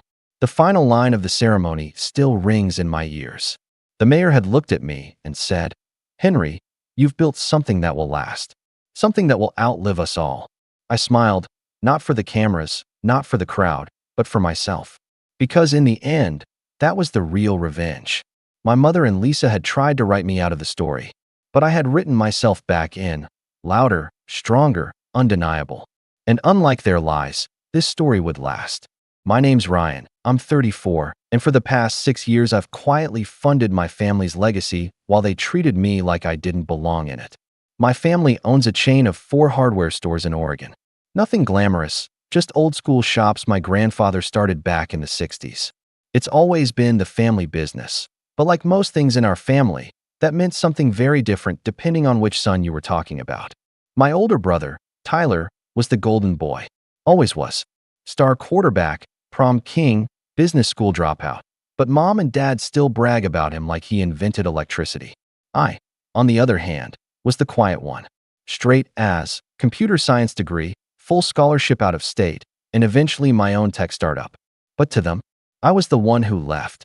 The one who got lucky with computers, while Tyler stayed and put in real work. Funny thing is, about 1.5 years ago, I found out the real work Tyler was doing included letting the business slowly bleed money. He'd been mismanaging inventory, hiring his friends as part-time managers who never showed up, and refusing to invest in any upgrades. Their payroll was suffering, employees were quitting, and they'd already lost one location in Eugene due to unforeseen financial strain. That's when Dad came crawling to me, not for help, but for a loan. They didn't know I'd already been watching things from a distance. One of their former employees, a kid named Marco who'd interned with me a while back, sent me an email. Said he'd been let go after questioning the books, and he thought I deserved to know what was happening. So yeah, I knew. But when Dad asked for money, I didn't say no. I said, if I help, I want transparency. Full access. No announcements. He laughed and said, of course, son. This is still your family. That was 6 months ago. Since then, I've been quietly sending $9,300 every month to cover payroll directly from my own account. I told myself it was temporary, that they'd fix things, that maybe I'd finally earn a bit of respect. Silly, right? But when it's your family, hope sticks around longer than it should. And for 6 months, not one thank you. Not a word from Tyler. No update from Dad. Not even a happy birthday text when I turned 34. I didn't complain. I stayed quiet, watched the accounts, and listened as they told everyone the business was back on track thanks to some smart leadership changes. Then came the group text. I was in Seattle, mid-meeting, when I glanced down and saw it. From Dad. Since you're never around, we've transferred control of the family business to your brother. As if I wasn't the only reason the employees had been paid at all. Followed by Mom's ever-sweet reply. He actually earned it. You just got lucky. That hit harder than I expected. I remember just staring at my screen for a second, feeling like the floor had dropped out from under me. I hadn't responded. I didn't need to. I already knew what I was going to do. I waited until that night, logged into the banking app, and disabled the funding account, the one tied to payroll, the one they never bothered to ask how it worked or who it came from.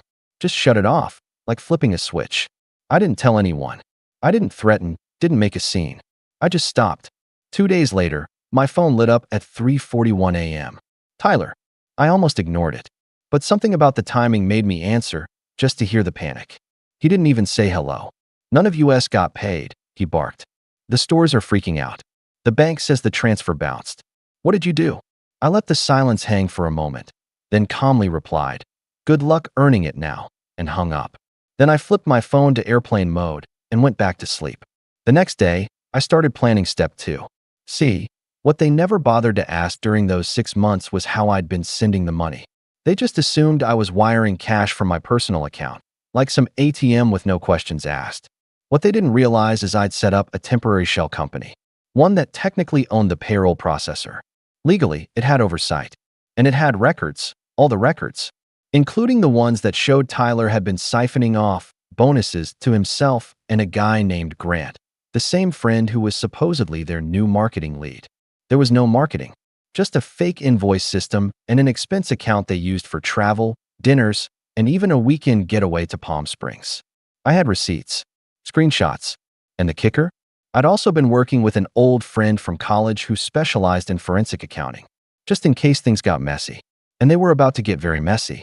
Because while Tyler was busy panicking over payroll, Mom and Dad were about to wake up to an email from the payroll company's compliance officer, a title I'd given to my friend Lauren, with a request for clarification on several inconsistent line items. That email was already in their inbox. But that wasn't even the best part. Because I wasn't just going to pull the plug on payroll. I was going to show them exactly who had been holding the damn plug the whole time, and what it cost when they decided I didn't earn it.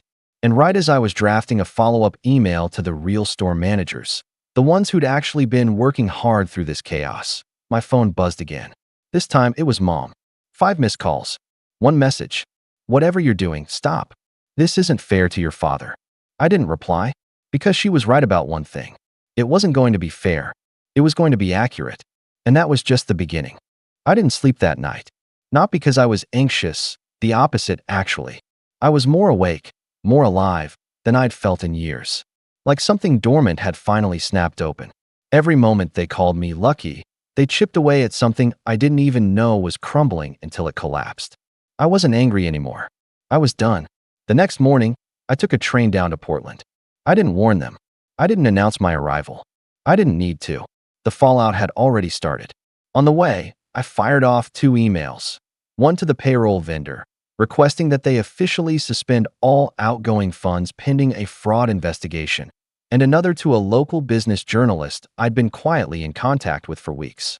She'd been sniffing around for a story on mid-sized businesses with internal embezzlement problems. I told her to meet me at a diner on 4th, noon. When I arrived at the flagship store, the one downtown my grandfather built himself, I found Tyler pacing in the parking lot, looking like a man whose world was unraveling. His hair was a mess, shirt half untucked, and when he saw me step out of the Uber, he practically ran over. "You can't just cut us off," he hissed. "You don't understand what you've done." I looked him in the eye and said, "You're right. I didn't cut you off. I stopped enabling theft. Big difference." His face turned red. "I didn't steal anything." "No? Then I'm sure the IRS will find your Palm Springs invoices very educational." I brushed past him before he could respond, pushed open the doors, and walked straight into the back office where Dad was yelling into the phone. I didn't wait for him to hang up. "Good morning," I said, calm and even. He blinked, stunned. You're here." "I am. And you're not getting another dollar." He started sputtering something about family, legacy, how we needed to unite in times like this, but I held up a hand. "You sent a group text," I said. "Told me I was out. Remember that." He went silent. "I was funding your business. Quietly. Without credit. Because I thought maybe, just maybe, that would mean something to you. That I'd earn a place, finally. But you were never looking for help. Just a wallet. Son, come on. I'm not your son when there's money involved. I'm just the guy who got lucky." "Isn't that what Mom said?" Dad shifted in his seat, trying to muster some authority. "So what? This is revenge. You want us to fail." I leaned down across his desk, leveled my voice, and said, "You already failed. I just stopped hiding it for you."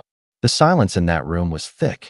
The kind of silence you only get when someone's entire illusion is cracked open and they don't know where to look. I turned and walked out. Tyler tried to block the door again, but I didn't stop. I didn't say another word. That was when step 3 kicked in. At exactly 12:03 p.m., I met the journalist, Grace, at the diner.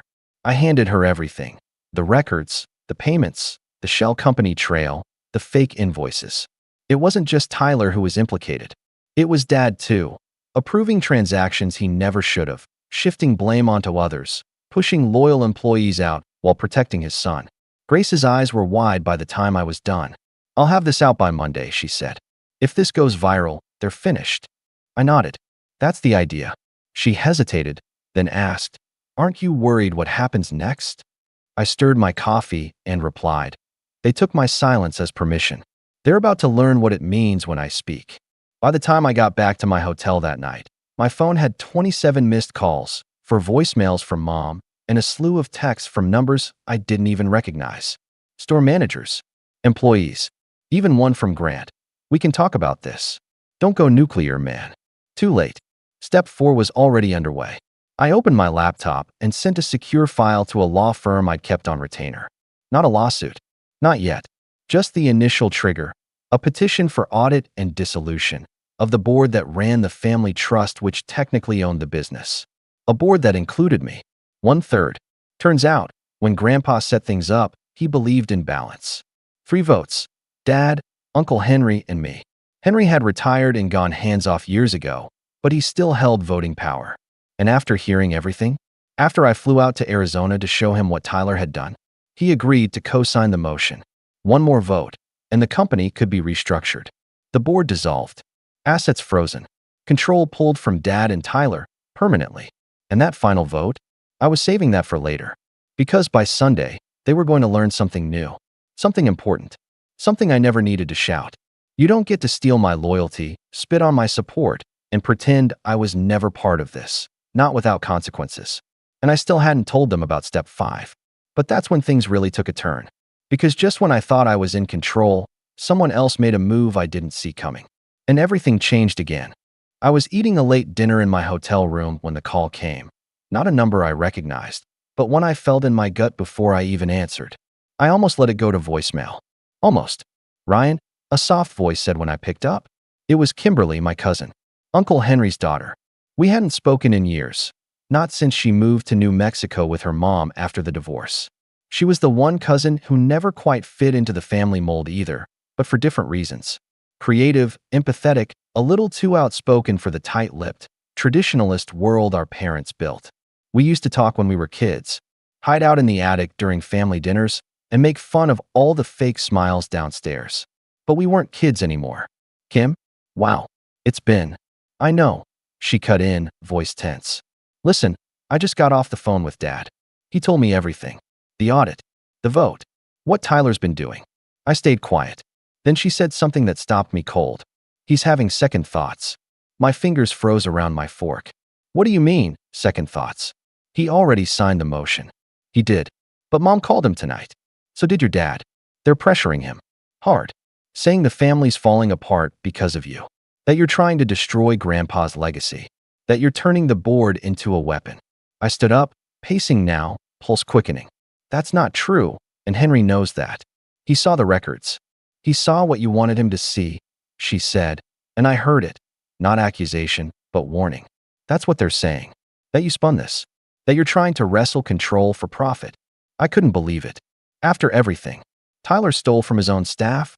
I said, my voice sharp now. He used payroll as a piggy bank. Dad knew and said nothing. I saved them from going under. And I did it quietly. If I wanted power, I would have gone public months ago. I know, Kim said gently. I believe you. But they're using Henry's guilt against him.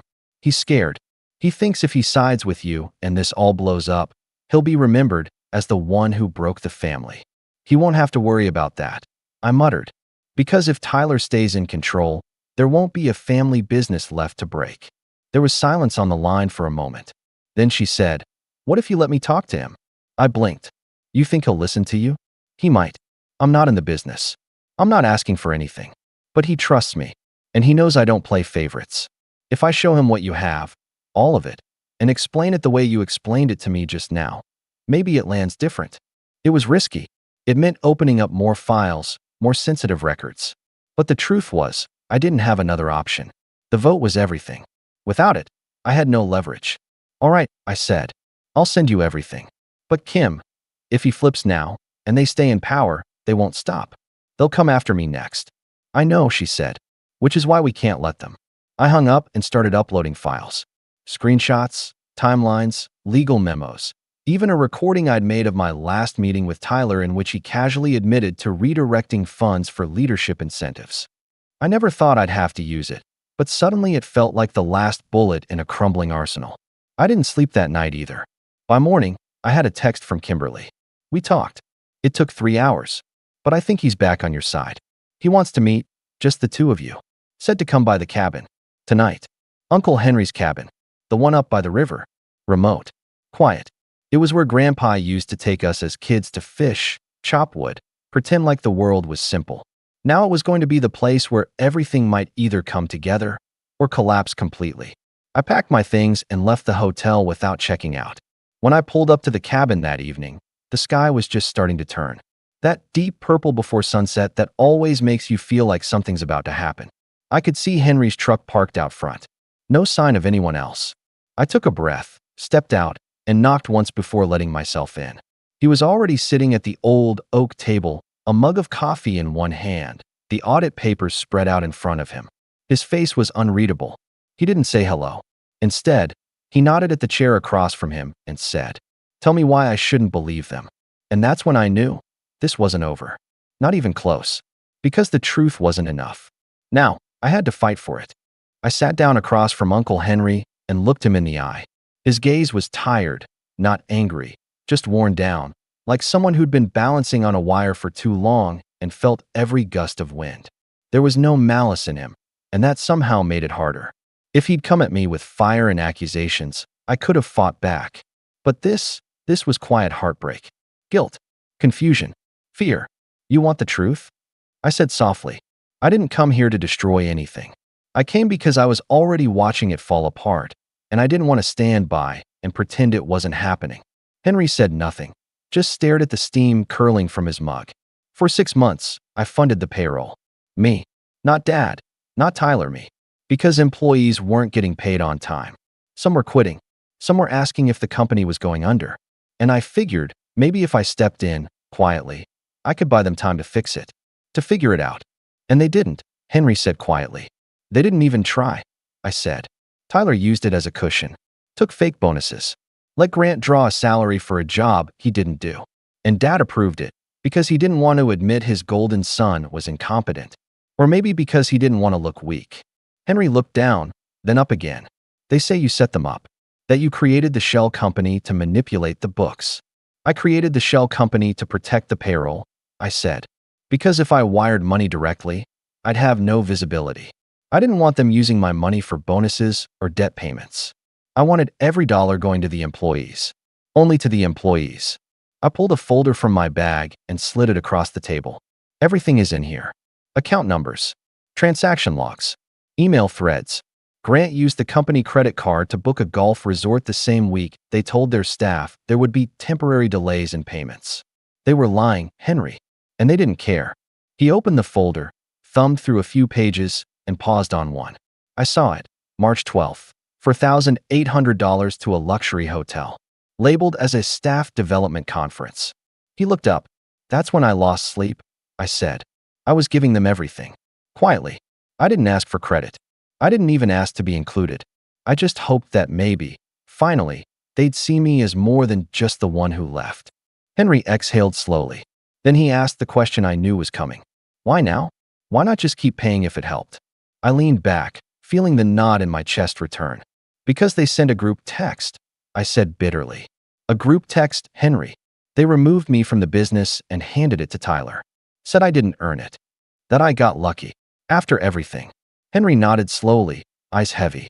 "They told you that you weren't family," he said. I nodded. "Exactly." We sat there in silence for a long time, the only sound the creak of the wood stove in the corner.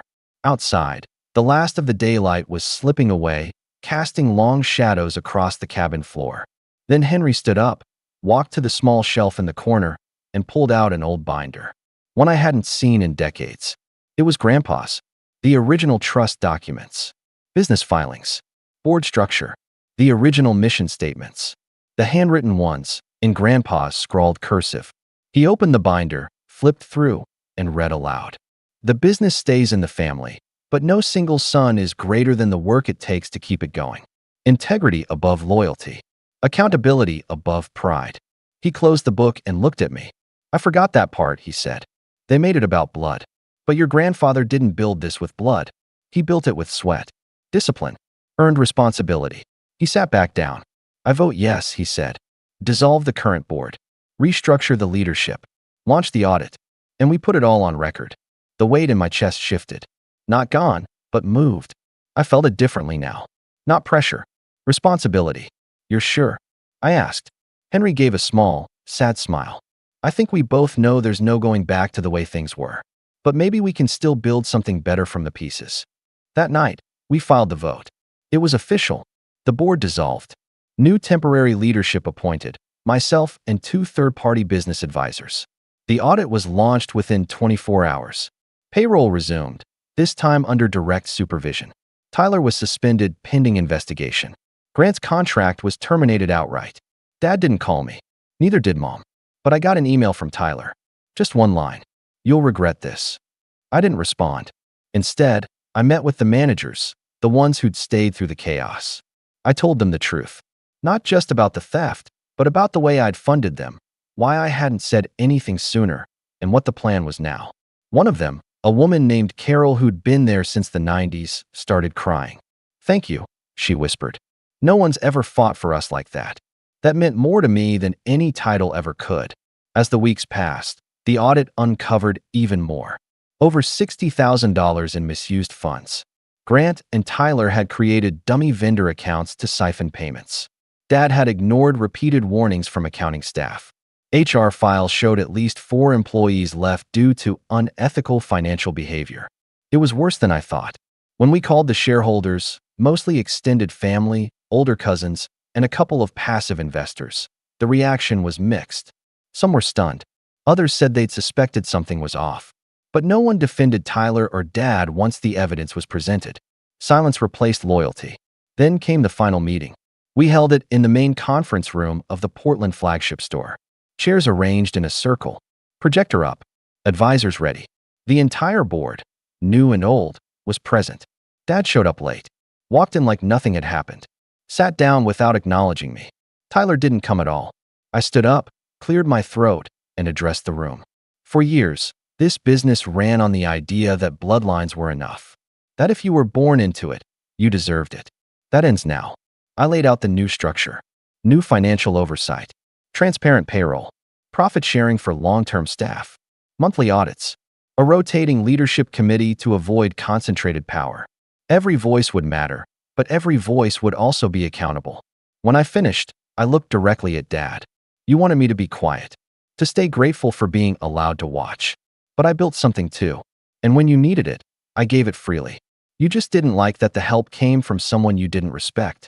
He didn't respond. He just stared at the table. As people stood and applauded, some clapping softly, some with tears in their eyes, I felt something I hadn't in years. Peace. Not because I'd won. Not because I'd humiliated them.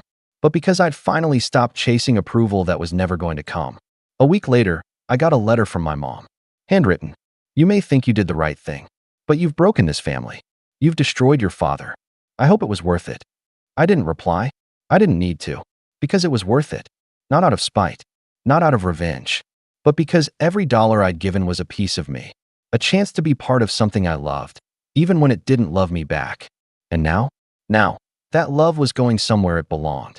Back into the hands of people who earned it. And finally, I wasn't the outsider anymore. I wasn't the wallet. I wasn't the ghost at the family table. I was the man who saved it. Even if I had to burn it down first. I never thought this day would come, not in a million years. I'm 30 now, and I'm finally in a position to enjoy the success I've worked so hard for. But that doesn't change the fact that 8 years ago, my parents kicked me out of their house over something I didn't do, something that was a lie, an ugly lie told by my sister, and they believed it without a second thought. It's been a long road since then, and looking back, it's almost hard to believe how everything went down. My name's Alex, by the way, and I've always had a knack for business. Not that my parents noticed. Growing up, it was always my older sister, Emma, who had their attention. She was the golden child, the one they could count on to make something of herself. Meanwhile, I was constantly overlooked, ignored, or told I was too sensitive. Emma and I were never close. In fact, she was always jealous of me. The older sibling rivalry, I guess. But it went beyond that. Emma was a narcissist in every sense of the word. She'd do whatever it took to make herself look good, even if it meant stepping on me or lying about me. Our parents ate it up. They'd always praise her for her accomplishments, even when they were small, and berate me for things I never did. I wasn't allowed to show any signs of weakness or vulnerability. Those were signs of failure, in their eyes. They had this image of the perfect family, and any imperfection was a threat to that image. But the turning point came when I was 22. At that point, I was just starting out in the business world. I wasn't rich by any means, but I had a clear vision of what I wanted to achieve. I had a side hustle going, working nights after a regular job, trying to build something for myself. It wasn't glamorous, but it was a start. Emma, on the other hand, was a mess. She had dropped out of college, bounced between several dead-end jobs, and was living in the same house my parents had bought her. They paid for everything, her car, her rent, her bills, her life, and she still complained about it. At the time, I was living with my parents, mostly to save money and work on my business without the pressure of a rent payment hanging over my head. I wasn't a burden. I paid my own way for everything I could. But Emma didn't see it that way. She hated the idea of me getting any attention, any kind of praise. So, she started to spread rumors. I still remember the night it all blew up. I was working late, like I usually did, and my parents were hosting a dinner at the house. I wasn't part of the family fun atmosphere, but that was fine with me. I had my plans, and they didn't involve awkward small talk. But I came out of my room to grab a snack from the kitchen and overheard my name in a conversation between Emma and my mom. "I don't know why we keep letting him stay here," Emma was saying. Her voice was dripping with that venomous jealousy. "He's doing nothing with his life, and all he does is sit in that room, playing on his stupid computer all day. I bet he's just waiting for you to die so he can take everything." I froze. I wasn't the type to eavesdrop, but I couldn't help myself. What was she talking about? And then, Emma continued, "I wouldn't be surprised if he's been stealing from you, too. He's probably taking money when you're not looking. I saw him take cash from your wallet once, and I didn't want to say anything because I thought you'd think I was being dramatic. But I think it's time you know. He's taking your money." My heart dropped. I stood there, completely still, as the words sank in. She was accusing me of something I didn't do. I had never stolen from my parents. I was working hard, building something for myself. I had pride in what I was doing. But Emma? She had always been the manipulative one. She had no problem lying to get her way. But that wasn't the worst part. No, the worst part was that my mom, my own mother, didn't question it. She didn't defend me. Instead, she said, "I knew something was off. I've been feeling like he's just using us. Maybe you're right." I felt like I'd been punched in the gut. How could they believe her over me? Why would they choose to believe the person who had always been jealous of me? I knew they favored Emma, but this was too much. And the worst part was that I couldn't even explain myself. It was her word against mine, and I knew I'd never win. The next day, everything came to a head. I came downstairs to find my parents standing in the living room, looking at me with that cold, detached expression they always wore when they were about to say something big. "Alex," my dad started, his voice stern, "we need to talk." I felt a knot form in my stomach, but I tried to stay calm. "What's going on?" "We've been talking," my mom said, "and we've come to a decision. We don't think you should stay here anymore." My mind went blank. I couldn't process what I was hearing. "What do you mean?" "You're an adult now, Alex," my dad continued, crossing his arms. "You need to take responsibility for yourself. You're not going anywhere with your life, and we can't keep supporting you. It's time for you to leave." I stood there, stunned. My heart raced, but I couldn't speak. I had been living under their roof, yes, but I wasn't a burden. I worked hard. I was building something for myself, and now they were tossing me out like I was a problem. I looked at Emma, standing in the corner with a smug look on her face. She didn't say anything, but I knew she was the one who had pushed this. She had orchestrated this whole thing. "Mom, Dad, this is insane," I said, my voice shaking. "You're going to believe her? She's lying. I haven't stolen anything from you. I've been working my ass off to make something of myself." But they wouldn't listen. They didn't care. "Enough," my dad said, his voice hard. "You're out. Pack your things and leave." I stood there for a moment, just staring at them. It was like everything I had worked for, everything I had been trying to build, was being ripped away in an instant. I had nothing. No support. No place to go. I left the house that day, feeling more alone than I ever had in my life. But I also made a vow to myself. I would show them. I would show them what I was capable of. I would prove them wrong. And when I became successful, I would make them regret every single thing they did. After I was kicked out, I hit rock bottom. I had nowhere to go, no safety net, and no support system. But I wasn't about to let that break me. I had always been determined, and now, with nothing left to lose, I pushed myself harder than ever. I crashed at a friend's apartment for a few months, working on my business idea every free moment I had. It was a mix of late nights, long weekends, and countless failures.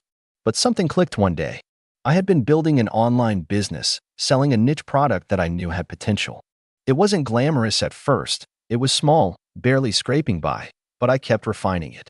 I used the money I earned from side gigs to reinvest in the business, and slowly, things started to grow. I remember the exact moment I saw the first sign that I might actually be onto something. One of my social media ads went viral, and sales exploded overnight. The product was something people didn't realize they needed until they saw it, and suddenly, I had more orders than I could handle. I had to hire a few people to help with the influx of business, and that was the turning point. I made the right connections, worked with the right people, and built a brand that resonated with consumers. It wasn't just a fluke. It was the result of years of hard work, of persevering when everyone, including my parents, had written me off. By the time I was 26, my business had hit a major milestone. I was making 6 figures a year. The company was growing rapidly, and I was living in a nice apartment, free from the toxic environment of my parents' house. I had built something of my own. Around this time, I reconnected with a few old friends who were more than happy to support me. They had always believed in me, and I made sure to surround myself with people who lifted me up, rather than tearing me down. I kept working day in and day out, putting in the hours to keep expanding, refining, and diversifying my business. By the time I hit 30, I had reached a level of success I couldn't have even dreamed of when I was kicked out. I had multiple streams of income, a well-established brand, and enough savings to do whatever I wanted. I bought my first house, invested in stocks, and started thinking about ways to help others succeed as I had. It felt incredible to see my name on the top of a few industry lists, to be invited to speak at conferences, and to know I was finally in control of my own future. But none of that would have happened if my parents hadn't pushed me out. The bitterness, the resentment, it all fueled me to get to this point. Every time I thought of them, of how they had discarded me, it pushed me further. I used their rejection as the fuel for my fire. I had something to prove, not just to them, but to myself. But here's where things took a turn. As my success grew, so did the attempts by my parents to reach out. It started small texts and calls asking how I was doing. At first, I ignored them. They never apologized for what they did, and I had no intention of letting them back into my life without some real accountability. But then they started showing up at my business events, at conferences, and even at my house. My mother sent me flowers on my birthday. My dad sent me an email saying how proud they were of my accomplishments. It felt suffocating. They wanted to be part of my success, but they didn't want to admit how they had wronged me. They didn't even acknowledge the years they had thrown me away. And then it all came to a head. I was attending a networking event when I turned a corner and saw both of them standing there. They were smiling, pretending everything was normal, but I could see the desperation in their eyes. They wanted me to forgive them. They wanted to pretend like none of it had ever happened. They approached me cautiously, my dad offering a handshake, my mom smiling awkwardly. "Alex, it's so good to see you," my dad said. "We've been following your success. We're really proud of you." I stood there for a moment, trying to keep my cool. "Really?" I asked, keeping my voice even. "Proud of me now, after everything?" My mom stepped forward. "Alex, we've made mistakes, but we want to make amends. We want to be part of your life again." I stared at them. Part of me wanted to snap, to tell them exactly how I felt, to unload all the anger and hurt that had been building up inside of me. But I knew I had to be strategic. I had something bigger planned. "You want to make amends?" I asked, letting the words hang in the air. "You want to be part of my life again?" "Of course," my mom said quickly. "We've always loved you, Alex. We just..." "No." I cut her off, holding up my hand. "You haven't always loved me. You kicked me out of the house because you chose to believe a lie my sister told. A lie that ruined my life for years. You don't get to just waltz back in now that I've made something of myself." The silence between us was thick. I could see the guilt creeping into their faces, but they still wouldn't admit it. They wouldn't admit they had been wrong. They just wanted to come back into my life because they could see how much I had accomplished. My dad tried to deflect, his voice shaky. "We're sorry, Alex. We were just trying to do what was best for you, but we can see now best for me." I interrupted. "You threw me out because of a lie my sister told about me, and you never even questioned it. You believed her over your own son. You didn't care about what I was going through. Do you know what it felt like to have no one on my side? To be left alone with nowhere to go? I had to fight for every single thing I have now. And you don't get to just show up and act like everything is fine, not without acknowledging what you did." I could see it now, their guilt, their shame. But it wasn't enough. Not yet. My mom opened her mouth to speak, but I wasn't done. "And I'm not going to forget it. So don't think this is some kind of happy family reunion. If you want to make amends, you'll have to do a lot more than just show up at my events and say we're proud of you. You're not getting back into my life just like that. Not without consequences. As I stood there, the weight of the words I had just spoken hanging in the air between us, my parents shifted uncomfortably. Their smiles faltered, and for the first time in years, I saw genuine remorse in their eyes. But I wasn't ready to let them off the hook. Not yet. My mom's eyes welled up with tears, but I refused to give her any sympathy. After everything they had done, after the years of silence and distance they forced on me, I wasn't about to feel sorry for them. They had broken my trust, and no amount of tears could fix that. I know you're hurt, Alex, my mom said, her voice trembling. We made a mistake. I see that now. I just want to make it right. You can't make it right, I snapped, cutting her off. Not just like that. You can't erase the last 8 years of my life. You can't pretend you didn't turn your back on me when I needed you most. You don't get to waltz back in and expect everything to be okay because I've succeeded. You don't get to rewrite history. My dad looked like he was about to say something, but I wasn't having it. No, you don't get to say anything else. You can apologize all you want, but you'll never truly understand what you did. You don't get to decide when I'm ready to forgive you. That's not how this works. For a moment, they both stood there, looking defeated. But I wasn't done. There was still one thing I needed to do. You want to make amends, right? I asked, my voice cold. You want to prove to me that you're truly sorry? Then I'll give you a chance. A real chance. But not until you've shown me that you understand what you did. And here's how you'll do that. My parents exchanged a nervous glance. My dad opened his mouth to speak, but I raised my hand again, signaling for him to be quiet. First, you're going to publicly apologize to me. I want a full, sincere apology, not some vague, half-hearted message. You're going to admit to everyone what you did to me, how you believed a lie over your own son and turned your back on me when I needed you most. My mom's face turned pale. Alex, I don't know if you don't get to decide what's too much, I interrupted. I've had to live with the consequences of your actions for years. If you want to even begin to make things right, it starts with owning up to what you did. You'll tell the world the truth about what happened. And not just that. You'll apologize to my friends, to the people who stood by me when you abandoned me. You'll apologize to everyone who's been there for me in ways you never were.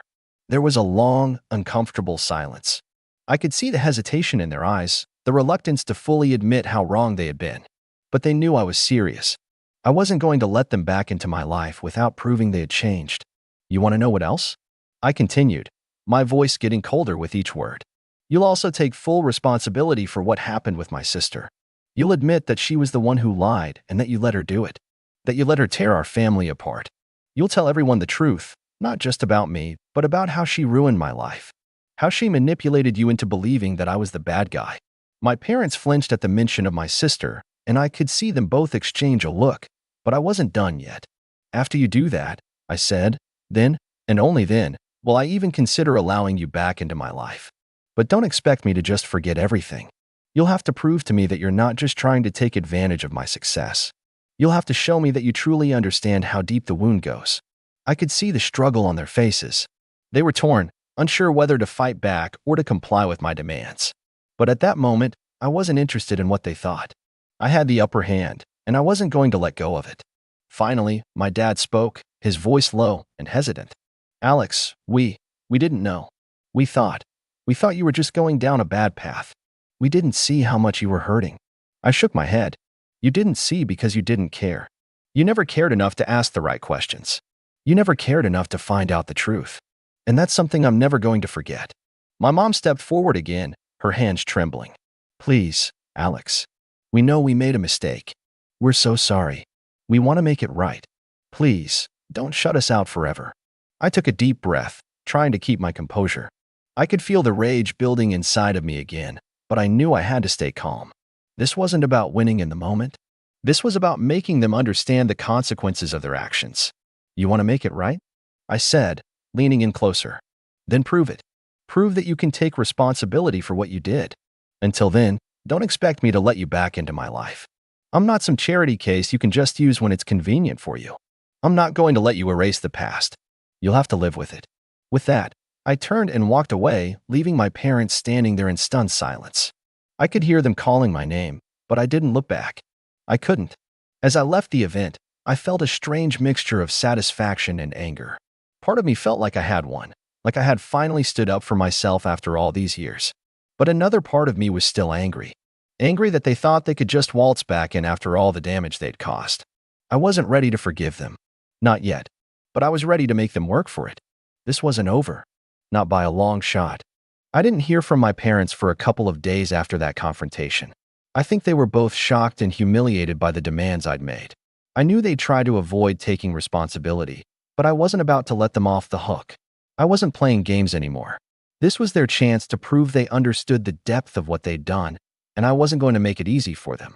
Finally, my mom called me. She didn't ask to meet up, just asked for a phone conversation. I could tell by the way her voice shook that they'd been discussing it for a while. "We've thought about it, Alex," she said. "We understand what you want. We're willing to make things right. We'll do it." I felt a cold satisfaction wash over me. They didn't get to just walk in, apologize, and assume everything would be fine. They had to show me they were truly sorry. They had to prove they could own up to their mistakes in the most public way possible. I didn't let her off easy. I want it on social media. I want it public. You'll write a full post on whatever you use. You'll tell the world what you did. Tell them how you believed a lie and kicked your son out. Tell them how you turned your back on me when I was struggling. Make sure everyone sees it. There was a long pause on the other end of the line. I could almost hear her trying to collect herself, probably wanting to negotiate. But I wasn't negotiating anymore. I want everyone to know exactly what happened. I want the people who followed your lies to see it. I want my friends, your friends, and our extended family to know how you turned your back on me. My mom sighed, the sound of defeat heavy in her voice. "All right, Alex. We'll do it. We'll tell everyone the truth. But after this, after all of this, will you at least try to move forward?" I didn't answer immediately. Instead, I took a deep breath, reminding myself of everything they had put me through. The years of silence. The pain. The humiliation. They hadn't changed that much. "No," I finally said, my voice steady and cold. "Once you do this, I'll consider it. But until then, I'm cutting contact with you." She was silent again, and for the first time, I realized how much my words were affecting her. She didn't say anything for a while. Then, very quietly, she muttered, "I understand." I didn't respond. I knew there was no point. It was time for them to face the consequences. A few days later, my parents did what I'd asked. They posted on their social media accounts, publicly and with no room for ambiguity. My mom wrote a long post with a picture of me from when I was younger, right before everything fell apart. In the post, she wrote how they had kicked me out after believing a lie my sister told. She admitted how they had wrongly sided with her, even though they knew deep down something didn't feel right. She apologized to me for turning their backs on me, for not being the parents I deserved. She expressed regret for the pain they had caused and how they now understood the gravity of the situation. My dad posted a similar message, though it was shorter and less emotional. He apologized for not listening to me and for believing the worst in me without ever giving me the benefit of the doubt. He admitted that he had been wrong, and while it was too late to undo the damage, he hoped that somehow, some way, I would forgive them. The posts were there, out in the open for everyone to see. The people who had sided with my parents during the whole mess saw it. The people who judged me without ever asking my side of the story. They saw the truth for the first time. But did that make things better? Not for me. I knew my parents were only doing this because of my success. I could tell from the tone of their messages that they didn't fully understand why I was still so hurt, so cold toward them. They had apologized, yes, but I knew the apology wasn't truly for me. It was for them. They wanted to ease their own guilt, and they thought this would fix everything. But I couldn't be fooled anymore. I never responded to the posts. I didn't comment, didn't message them privately. I knew that anything more would just be me giving in. The truth was, I didn't need them anymore. I had built a life for myself, one without them in it. I had succeeded, I had moved on, and I had made peace with the fact that some relationships were better left in the past. When I saw the notifications that my parents had tagged me in their posts, I just ignored them. I didn't need them to validate me. I had done everything I needed to do. I had proven I could make it without them. And that was enough. A couple of weeks went by with no contact. Eventually, I got a message from my mom. Just a simple text saying, "We miss you." But by then, the damage was done. I couldn't unsee the years of neglect, the hurt they caused me. I couldn't forget how easily they had cast me aside for a lie. I didn't respond. And that was the end of it. So, Reddit, I know I may sound harsh, But do you think I did the right thing? I've had people tell me that I should have forgiven them, that family is everything, but I can't shake the feeling that they only came back because they saw my success. They didn't care about me back then, so why should I care about them now? I've moved on. But am I wrong for holding on to that anger? Let me know your thoughts. My name's Owen, I'm 29, and I've always been the responsible one in my family, which, in my case, is just a nice way of saying the one who quietly foots the bills while everyone else pretends it's normal. I work in tech, make a decent living, and ever since I landed my first real job, my parents have somehow come to believe that I should give back to the family, not in an emotional sense, but financially. It started small, helping with groceries, chipping in for my younger brother's tuition, covering emergency plumbing bills when our old house started showing its age. At first, I didn't mind. I told myself I was just helping them stay afloat. But over the years, what started as generosity turned into silent expectation. And when I say silent, I mean no thank you cards, no warm hugs, no appreciation, just cold assumptions. They stopped asking altogether. It was just assumed I'd pay. This past year, I covered their mortgage. That wasn't the plan, at least not at the start.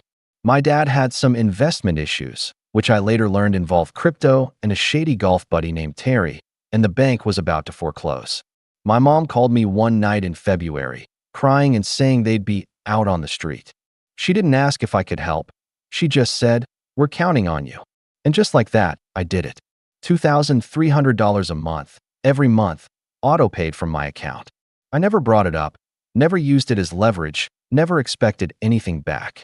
I just thought, if I help now, maybe things will settle. Maybe they'll see I care. Maybe this will be the year I actually feel like part of the family again. Which brings us to Christmas. I'd spent the last week wrapping presents for everyone. Thoughtful ones. My brother Aiden, who's 26 and still figuring things out, was getting a new graphics card for his PC. My mom was getting the expensive face cream she always says is too fancy to buy. My dad, a signed vintage baseball from a game he always talked about watching as a kid. I even got gifts for my aunt and uncle, who were hosting the dinner this year. I drove 3 hours to get there with everything in the trunk, dressed up, optimistic for once. Maybe this year would be different. It wasn't. Dinner was already in full swing when I arrived. No one greeted me at the door. No one helped with the bags. My aunt waved from across the kitchen while pouring wine. I placed the wrapped presents under the tree and joined them in the dining room. There were 14 people at the table. 14 plates. But not 15. My chair wasn't set. "Oh," my aunt said casually when I pointed it out. "We didn't know if you'd come. You've been distant." She smiled like she was making a joke, but her tone had the sting of something deeper. I looked to my mom, who gave a tight-lipped shrug. My dad was already carving the ham. My brother smirked. "But hey, thanks for covering the mortgage this year, man." Real Christmas spirit right there. Everyone laughed. Like it was hilarious. Like it was something to be proud of. My stomach twisted, but I smiled and nodded. I didn't want to cause a scene. I sat down in the extra folding chair someone eventually brought in from the hallway. It creaked every time I shifted. And my plate? It wasn't even real. Just a flimsy plastic one from the stack near the sink. "There's extra ham in the garage fridge," my aunt said over her shoulder. "Grab some if you're hungry." No one passed me anything. No one poured me wine. It was like I wasn't really there, like I was just the guy who paid for everything, not someone worth celebrating. I looked at the pile of gifts under the tree. All of them from me. Not a single one had my name on it. Not even a card. At one point, my mom leaned over and said, "Owen, we didn't get you anything this year. You've just been so distant. We didn't know what you'd want." I almost laughed. I wanted to scream. But instead, I just nodded again, excused myself to the bathroom, and sat on the edge of the tub for 10 minutes, staring at the tiled floor and trying not to cry. I kept telling myself I was overreacting. That maybe they just forgot. That maybe they didn't mean to hurt me. But deep down, I knew. They knew exactly what they were doing. And they didn't care. I left without saying goodbye. I didn't slam the door. I didn't make a speech. I just walked out into the cold night, got into my car, and sat in the driveway with the engine running. And then I opened my banking app. I had control of all the shared family cards. I was the guarantor on the gas card, the grocery card, and the emergency Amex they only used when necessary, which, based on the $400 Applebee's charge last month, was clearly a lie. I also had the ability to freeze them. Instantly. I stared at the screen for a moment, hesitating. This wasn't just about money anymore. This was about the fact that I'd let them take pieces of me for years, time, energy, dignity, and they never once saw it as love, just obligation. And I was done being the silent ATM. I froze every card. Then I revoked access to the shared car, a 2019 Toyota that was technically in my name because my parents' credit was wrecked. I had a tracker installed. I disabled the key remotely.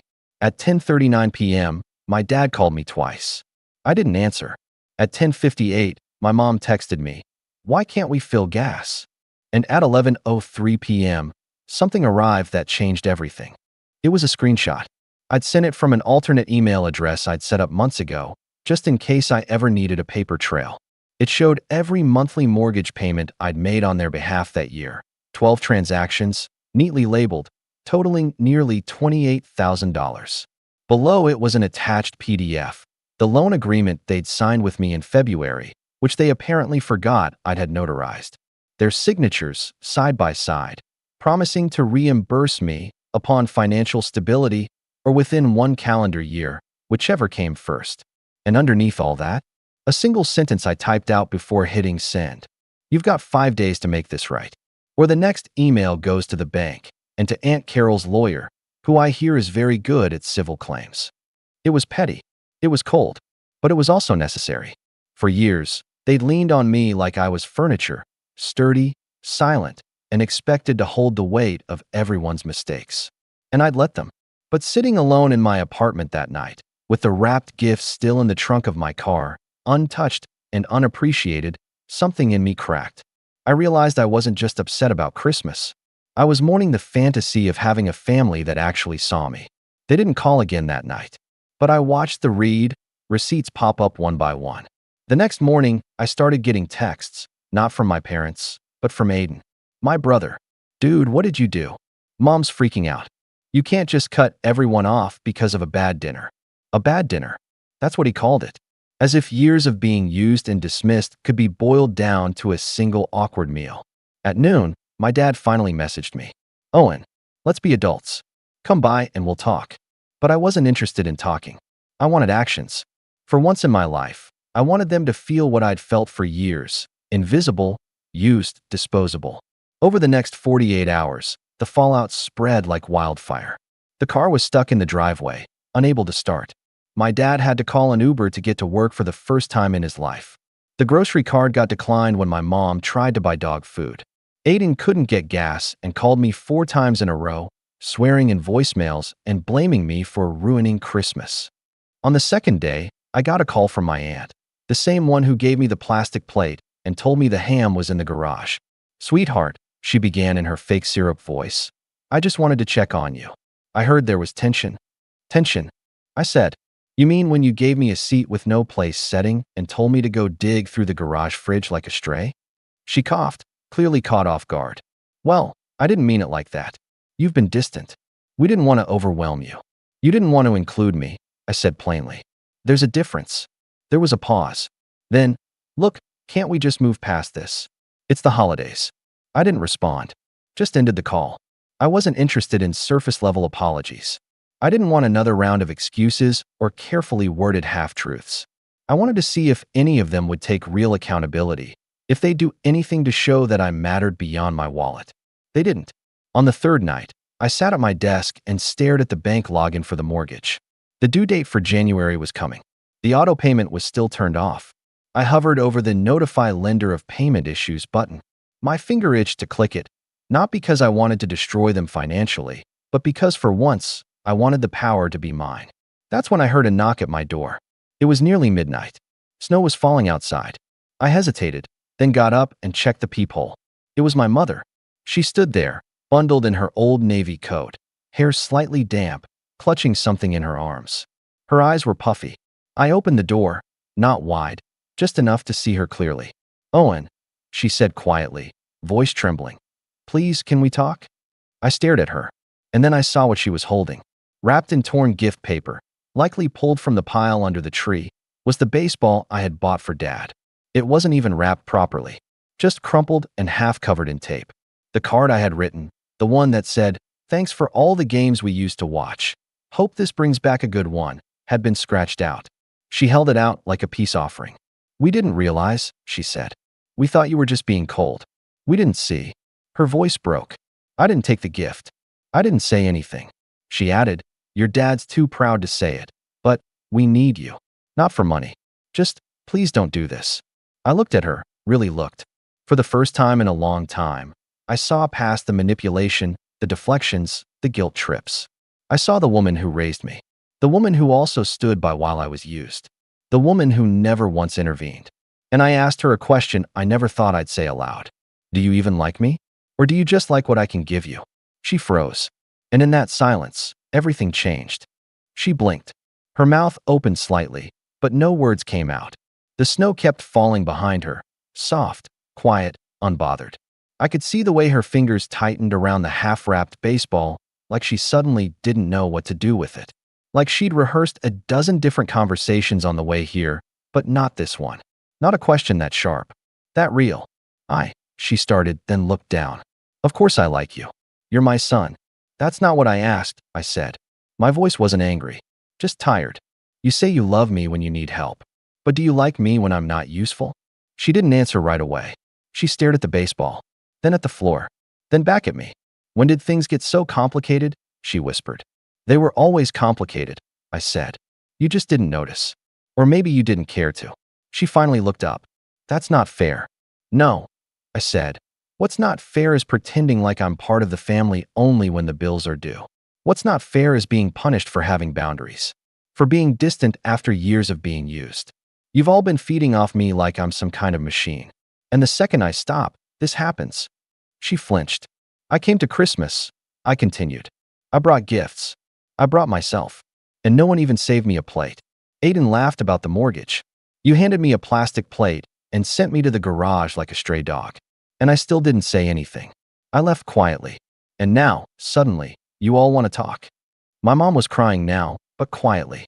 Not the loud, guilt-trip crying she usually used when she wanted to shift blame. This was different.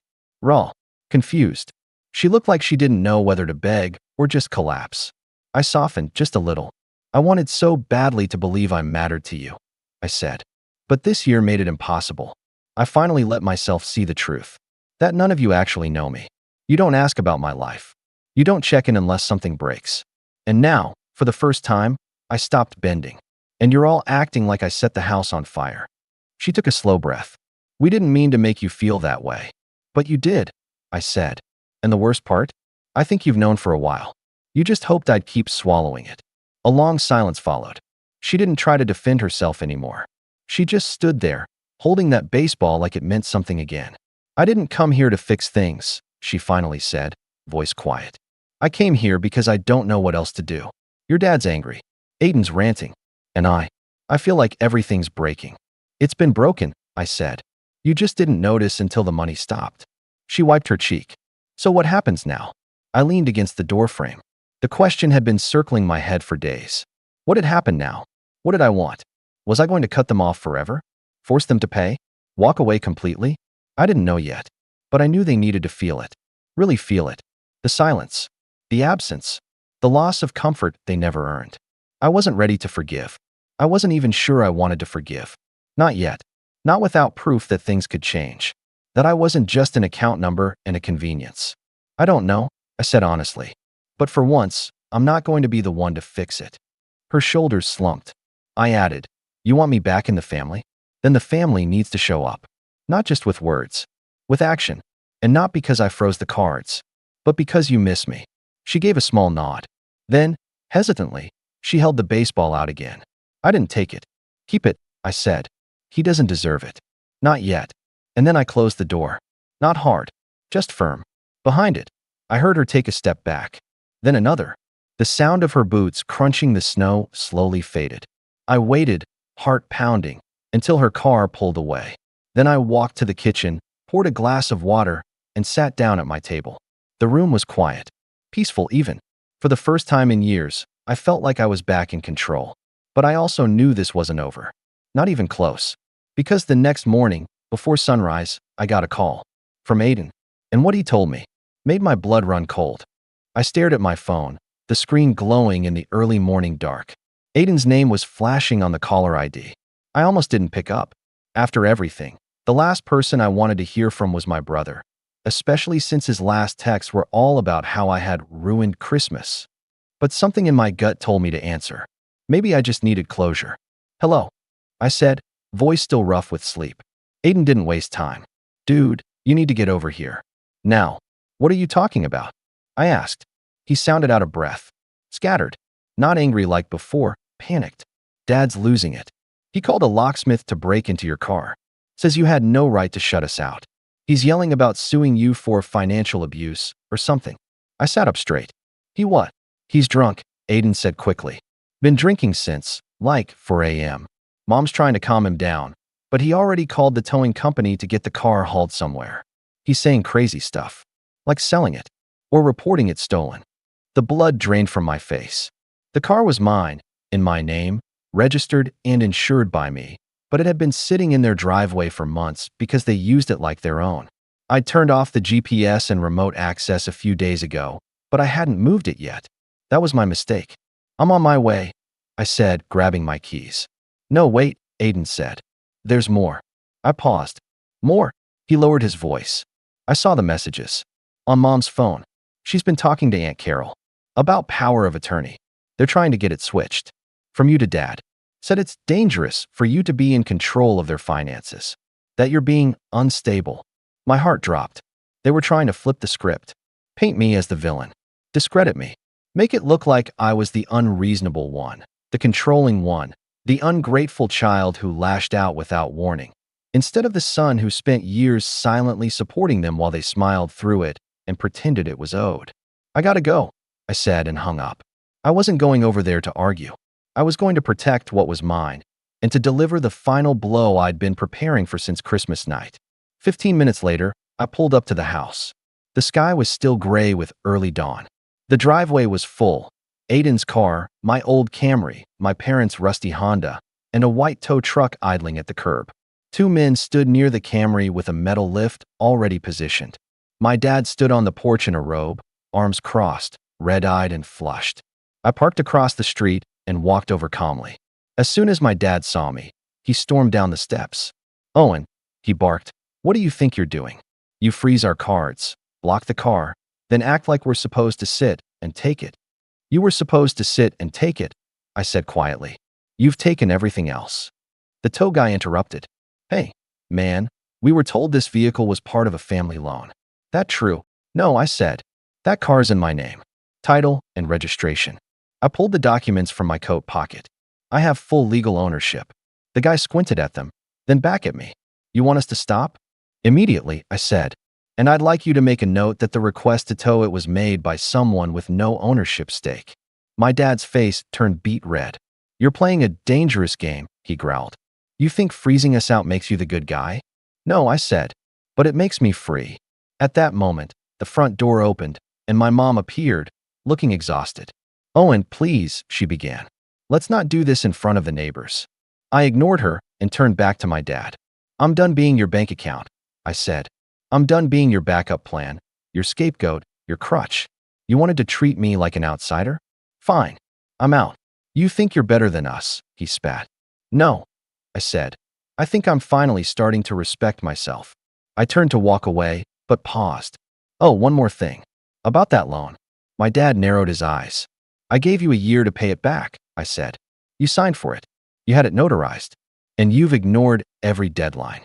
I reached into my bag and pulled out a thick envelope. "This is the formal notice," I said. "I've contacted a lawyer. You've got 30 days before I file for breach of contract. If you don't pay or sell the house to cover it, we're going to court." My mom gasped. My dad lunged toward me, but one of the tow guys stepped in between us.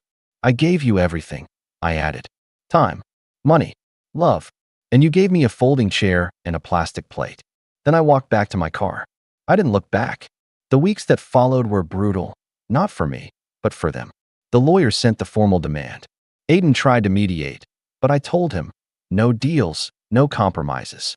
They could sell the boat they never used, sell the antique furniture they inherited, sell their pride if they had to, but they were going to pay. In February, they caved. The house went on the market, quietly, privately. My dad wouldn't admit it, but the mortgage and late fees were crushing them. I gave them a payment plan to avoid court, but it was strict. Every dollar was accounted for. They moved into a small rental across town. The shared car? I sold it. Bought myself a better one, in cash. The family group chat? Dead. My mom sent a few emails over the spring, carefully worded apologies that danced around the truth. Aiden still checks in, but we keep it surface level. My aunt. She called once, saying she didn't realize how bad things were. I told her I was tired of people realizing things only after the damage was done. And Christmas? I spent it with friends. Real ones. People who actually saw me. I didn't buy a single gift out of obligation. I didn't sit in a cold chair with a plastic plate. I laughed. I ate. I felt warm. Seen. Safe.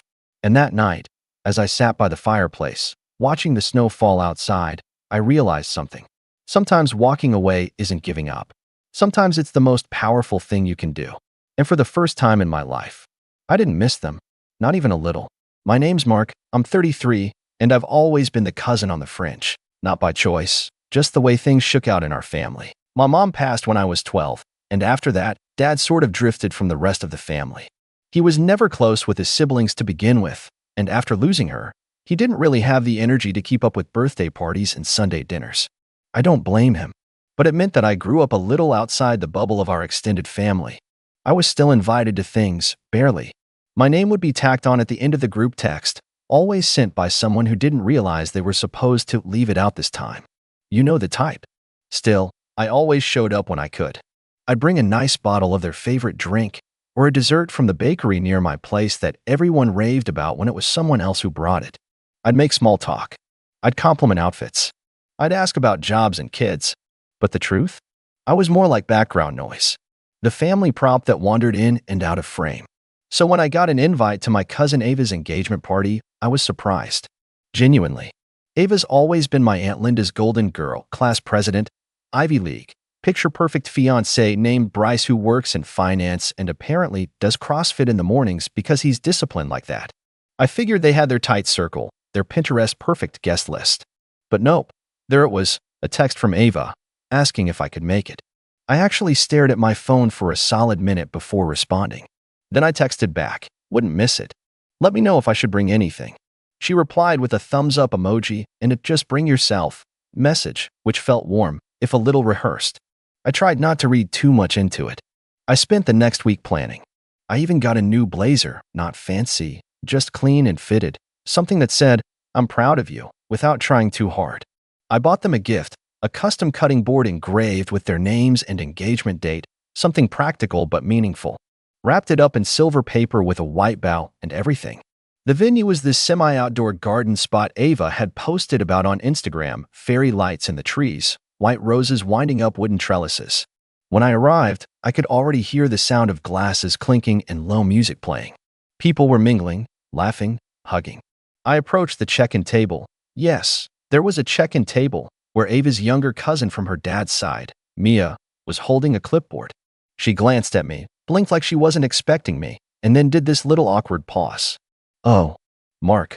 Right. You're Linda's sister's kid. Yeah, I said, trying to keep it light. I'm Ava's cousin. On my mom's side. She scribbled something quickly on the clipboard and handed me a name tag. Just head down the path. Should be somewhere near the fountain area. The path wound through a row of trimmed hedges, and as I rounded the corner, I saw the setup. Rows of white chairs facing a small stage where Ava and Bryce were standing, waving at guests. Long tables were lined with white cloth, candles, and personalized place cards. A waiter walked by with mini crab cakes. Everyone looked like they stepped out of a catalog. I stood there for a moment, scanning the tables. That's when I heard it, my Aunt Linda's voice. Sharp. Distinct. Oh, we didn't think you'd actually show. I turned my head and there she was, standing with two other aunts and sipping something from a flute. She was looking right at me, eyes flicking from my face down to my shoes. I froze. Just for a second. Long enough for her to turn back to her friends and add, in a not-so-hushed tone, guess we'll need another chair, maybe an extra plate if there's still food in the back. Her friends laughed.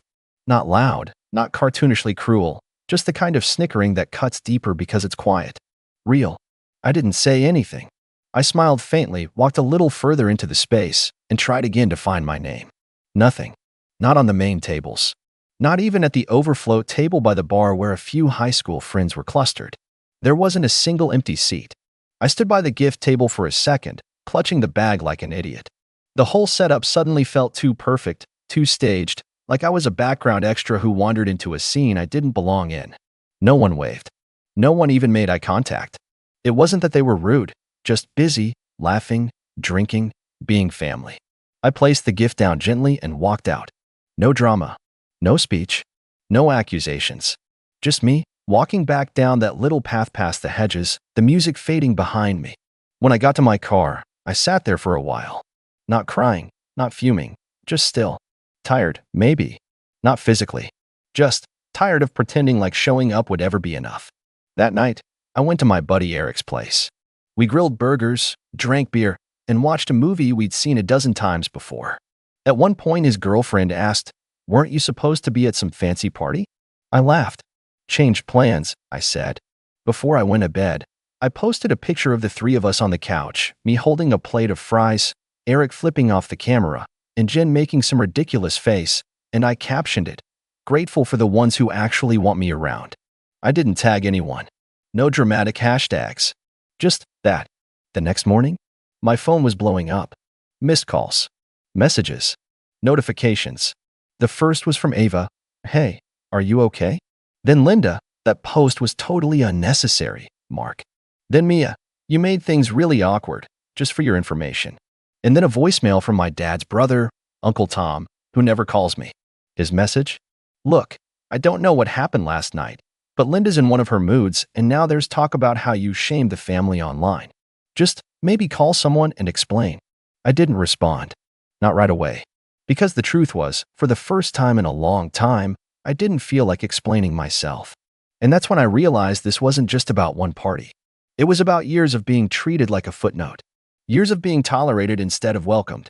Years of showing up and hoping that maybe, this time, someone would act like I belonged.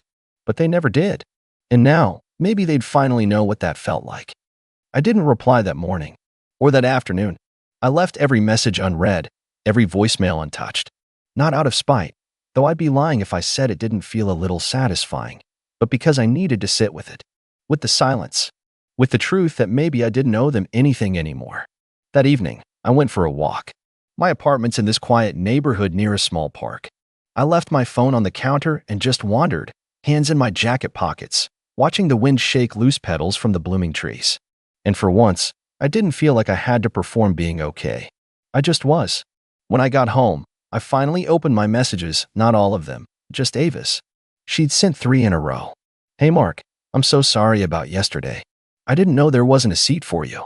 I swear I asked Mia to add you to the table list. Please don't let Aunt Linda get in your head. She's just, you know how she is." It was nice. Sort of. But it still didn't sit right. Ava had always been the polished one, the golden niece, but also the one who avoided conflict like it was contagious. She'd always been kind to me in that passive, surface-level way. The kind where you smile in group photos but never actually check in. So I didn't respond right away. Instead, I opened the message from Aunt Linda, and I swear I heard her tone echo in my head as I read it.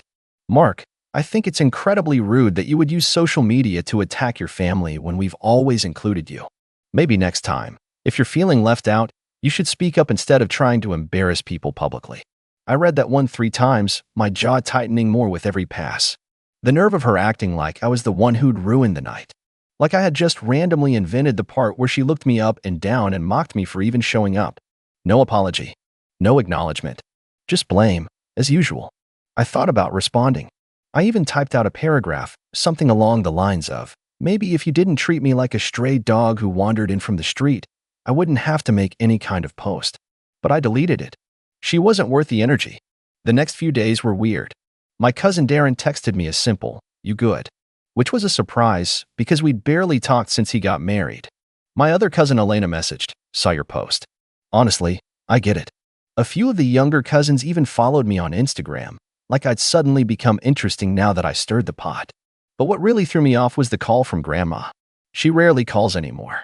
Her eyesight isn't what it used to be, and she gets flustered with her cell. But this time she did. I almost didn't pick up, thinking it was another guilt trip in the queue, but something told me to answer. Her voice was soft. a little raspy. "Hi, sweetheart," she said. "I saw the picture you posted." I held my breath. "Yeah." There was a pause. Then, "Good. I'm glad you were with people who made you smile." That hit me harder than I expected. Grandma was never the loudest in the room, but she saw things. Always had. And in that one sentence, I felt more validation than I had from the rest of the family in years. She didn't lecture me, didn't try to play peacekeeper, just said she understood. After we hung up, I thought about everything that had happened. The party, the messages, the fallout. And I started to see it for what it really was, not just a single snub, but the final straw in a long line of casual dismissals and quiet cruelty. I started gathering old photos that week. Not for revenge, not yet, but for clarity. I dug out pictures from when we were kids, me and Ava in matching sweaters at Christmas, me standing awkwardly on the edge of the family reunion group photo, half blocked by someone else's arm. I found pictures of my mom, too bright-eyed, laughing, her arm around Aunt Linda before everything got cold. And I found the ones from recent years, the ones where I wasn't in the photo, but I'd been the one taking it. The one holding the camera. The one behind the scenes, quietly included but never invited. I decided I was done being the ghost in the background. That Friday, Ava reached out again. This time with a call. I let it ring once before picking up. "Mark," she said, her voice quiet. "Hey, listen, I know you're upset. And I get it. I really do. But things are kind of tense right now. Aunt Linda's telling everyone you stormed out. That you made a scene. That you refused to sit where you were assigned. Which is just. I didn't have a seat, Ava," I said, calm but firm. There wasn't a name card. There wasn't even a plate. She exhaled. I know. Mia admitted it. Said she forgot to print your name card because there wasn't room. I was so mad at her, but she's just a kid, and she's 23, I interrupted. She's a college grad, not a toddler. She didn't forget. She followed instructions. There was a pause. A long one. I didn't mean for any of this to happen, Ava finally said. I just wanted a perfect night. And I wanted to feel like I mattered, I replied. But I guess that was too much to ask. She didn't respond to that. I hung up. The next day, I posted another picture. This time, it was a side-by-side. On the left, a photo from 10 years ago, me standing at the very back of a family portrait, barely visible. On the right, me, last week, surrounded by friends, laughing over a grill. The caption? 10 years of being invisible. I think I like this view better. It got more likes than anything I'd ever posted, and more silence from the family chat. Until Monday. That's when I got the text. Aunt Linda, your behavior is unacceptable. You're tearing this family apart over a seat. You need to apologize. That's when everything shifted. Because for the first time, I wasn't the one quietly swallowing the disrespect. I wasn't the one avoiding conflict. I wasn't the one hoping things would magically get better. No, I was done playing the role they wrote for me. And what I did next? Let's just say the apology didn't come from me. I didn't reply to Aunt Linda's text. Not right away. Not with an apology. Instead, I took a screenshot of her message, the part where she accused me of tearing the family apart over a seat, and saved it in a folder I'd just created on my desktop titled Receipts. Because I wasn't about to fight this one through texts. I'd done that before. Sent polite responses, long explanations, careful messages that were picked apart, misunderstood, or conveniently ignored. Not this time. This time, I was going to let the truth speak for itself. A few days passed, and the dust started to settle, or so I thought. I was back at work, keeping my head down, focusing on a client presentation, when I got a ping on Slack from a coworker named Riley. Hey Mark. Random, but is this your aunt? Attached was a screenshot of a Facebook post from Aunt Linda's account. It read, when family members use social media to bully and manipulate, it's hurtful. We invited everyone with love, but some people just want to play victim. Don't believe everything you see online. There were no names, but I didn't need names. Neither did anyone else. Her friend group, mostly other middle-aged women with Bible verse bios and live, laugh, love headers, were already commenting. So sorry you're going through this, Linda. Some people just want attention. You deserve peace. Don't let the negativity in. I didn't even know they followed me. But clearly, they'd seen the post I made. Maybe Ava showed them. Or maybe Linda had been lurking. Either way, she was twisting it, trying to get ahead of the narrative like I was the one dragging the family through the mud. I didn't reply to the post. Didn't comment. I just took another screenshot and added it to the receipts folder. Then I did something I hadn't done in years. I messaged Grandma. Not a text, a letter. I printed it, folded it neatly, and mailed it to her house. In my own handwriting. No sarcasm, no drama, just the truth. I told her what happened, step by step. From the moment I got the invite, to showing up and being told I wasn't expected, to quietly leaving without making a scene, to being blamed for publicly shaming the family for posting a photo with people who actually cared about me. I didn't ask for her to pick sides. I just said, I know you've always tried to keep the peace. But peace shouldn't mean one person always has to eat the insult and smile through it. A week later, I got a reply. A handwritten note in return, in Grandma's cursive I could barely read without squinting. You've never caused trouble, Mark. I see that now. I'm sorry I didn't see it sooner.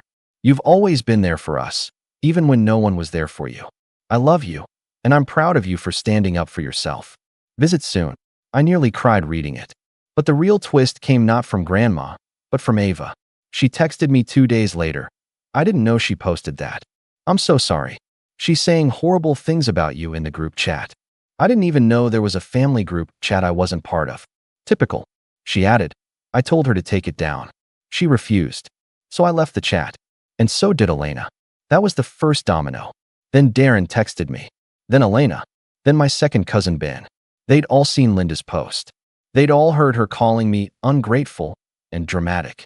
And for the first time, instead of laughing it off or ignoring it, people were pushing back.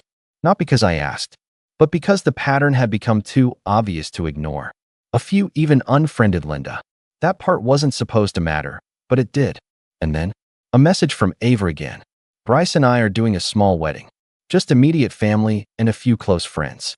I wanted to ask if you'd be willing to officiate. I read it 3 times. I thought about that night in the garden. Me standing at the edge of a perfect little world I'd never been invited into. And now, the girl at the center of it was asking me to stand at the front of her wedding? But before I could respond, the final bomb dropped. Aunt Linda called me. Not texted. Called. I stared at the screen for a long second, thumb hovering over decline. But then I picked up. Quietly. No hello. Just waited. She jumped right in. Mark, this has gone too far. Ava's wedding is being turned upside down because of your little social media tantrum. Do you realize how hard I worked to make that engagement party perfect? And you? What? You storm off, make some passive-aggressive post, and now I'm the villain. I let her rant. Let her fill the silence with her usual twisting of the truth. Then, calmly, I said, I didn't make you the villain. You did that all by yourself. She went quiet. For once. I added, you didn't expect me to show up. You didn't plan a seat for me. You didn't think twice about mocking me to my face. But you did expect me to smile and stay quiet. That's not going to happen anymore. Her voice sharpened. You're blowing this out of proportion. No, I replied. I'm putting it in proportion. After years of being treated like I don't matter. She didn't have a comeback for that. So I hung up. Not out of anger. Out of peace. A few hours later, Ava called again. I told her yes. I'd officiate. And I'd do it my way. With one condition. Linda would not be involved in the ceremony. Not in planning. Not in toasts. Not in seating. If that meant the wedding had one less person, so be it. And Ava? She said, without hesitation, done. But that wasn't the end. Because Linda wasn't going to take that sitting down. And the lengths she went to afterward? Let's just say she made one final move. And I made sure it was her last. She didn't take it well. After Ava agreed to keep her mom out of the wedding planning, things spiraled faster than anyone expected. Within hours, Linda had fired off a storm of messages to every relative with a smartphone. It wasn't just complaints anymore, it was full-on character assassination. She told people I was manipulating Ava, that I'd threatened to ruin the wedding, that I'd emotionally blackmailed my own grandmother. It would have been comical if it weren't so exhausting. But here's the thing about reputations, they don't crumble all at once. They crack slowly, like a dam, until the pressure is too much, and then collapse. People had been watching Linda for years. They'd seen her passive-aggressive comments, the favoritism, the little digs she made at anyone who didn't orbit her golden child. They noticed how she always took credit when things went right, and how quick she was to throw someone under the bus when they didn't. So when she started her smear campaign, the only people who really listened were the ones just like her. Everyone else? They backed off. Quietly. Unsubscribed from the drama. Some told her directly. Others just stopped responding. Even Ava's dad, Linda's own husband, texted Ava one night, "I love your mother, but she's crossing lines. I support whatever you decide." By the end of the week, Linda wasn't just cut out of the wedding. She was fuming about being cut out of her image. Because that's what this was really about. Control. The show. The perception. And Ava, for once, wasn't playing along. I met with her and Bryce a month before the ceremony. They came over to my place, sat on my balcony with lemonade and chicken shawarma wraps, and told me they wanted the ceremony to be different. Personal. Honest. No fake fluff. No 20-minute sermons about commitment from someone no one had met before. "We want someone who actually knows us," Ava said. "Not someone who's just going to read a script." I blinked. "Are you sure you want me?" Ava smiled. "Mark, I've spent my whole life watching you show up when no one else did. You never made a scene. You never demanded attention. But you saw people. And that's what this should be about. Not pomp. Just truth. I'd be lying if I said I didn't tear up. So I wrote the speech. Not all at once, bit by bit. I told stories about them. About when Ava sprained her ankle in middle school and Bryce brought her homework every day without being asked. About how they laughed like idiots over burnt pancakes one weekend and said it was the best meal they ever had. About how love isn't a spotlight, it's a campfire. Warm, steady, never asking for applause. Meanwhile, Linda kept trying. She called Ava 3 times. Left voicemails full of guilt, and more guilt. She emailed Bryce's parents to express concern. She even tried to contact the venue directly, claiming to be the mother of the bride and insisting she had authority to change parts of the schedule. But Ava had already warned the venue, and her planner, and the photographer. Everyone. If Linda showed up and caused trouble, she'd be escorted out. No exceptions. That's how serious Ava was. And then, the wedding day came. It was in a garden, much like the engagement party, but warmer. Softer. There were strings of lights overhead, little lanterns in the trees, and chairs arranged in a crescent around a wooden arch that Ava and Bryce had built themselves. Grandma was in the front row, wearing a powder blue dress and a wide-brimmed hat, beaming like she was watching the sun rise for the first time. I stood at the front, hands folded, notes in my pocket, but I didn't need them. Ava walked down the aisle with no drama. No stage mom antics. Just music, tears, and Bryce waiting like she was his entire world. When it came time for the ceremony, I took a breath and started. Love, I said, is not loud. It's not a performance. It's not about centerpieces or social media posts. Love is quiet work. It's listening when it would be easier to talk. It's staying when it would be easier to leave. It's remembering the small things when no one else is watching. I watched their eyes glisten, saw Grandma dab at hers. And sometimes, I added, love is also about boundaries. About choosing the people who choose you back. About protecting the peace you build together. Ava nodded. Bryce squeezed her hand. We finished the ceremony, and when I pronounced them husband and wife, there was a cheer, not wild, but real, intimate. The reception after was small, under 50 people. There was dancing, laughter, awkward toasts, and the best lemon cake I've ever tasted. Linda? She didn't show. Oh, she threatened to, right up until the night before. Sent one last text to Ava. You'll regret this. When people ask why your mother isn't at your wedding, what will you say? Ava didn't respond, but I know what she would have said. She'd say, because I finally chose peace. The fallout afterward was short-lived. Linda tried to spin it, of course. Claimed she wasn't invited. That she graciously stepped back to avoid ruining Ava's big day. But people knew better. They'd seen the screenshots. They'd heard the voicemails. They knew the truth. And truth doesn't need a spotlight. It just waits. A few weeks later, Ava posted a photo from the wedding. It was me, standing between her and Bryce, holding the little binder I'd used to write the vows. The caption read, to the cousin who always stood at the edge of the room. Thank you for finally standing in the center. You made it perfect. I read it at 2 a.m., sitting on my couch in sweatpants, eating leftover pizza. And I cried. Because for years, I'd told myself I didn't need validation. That being tolerated was enough. That being overlooked wasn't personal. But it was. And now, I wasn't overlooked anymore. I was chosen. By the ones who mattered. And Aunt Linda? Well, she still sends her holiday newsletters. Still makes her posts about ungrateful family members. Still hosts brunches where she pretends the only people who matter are the ones who agree with her. But fewer people show up now. Because slowly, quietly, People are waking up. Not to hate her, just to stop fearing her. And me? I've started hosting my own dinners.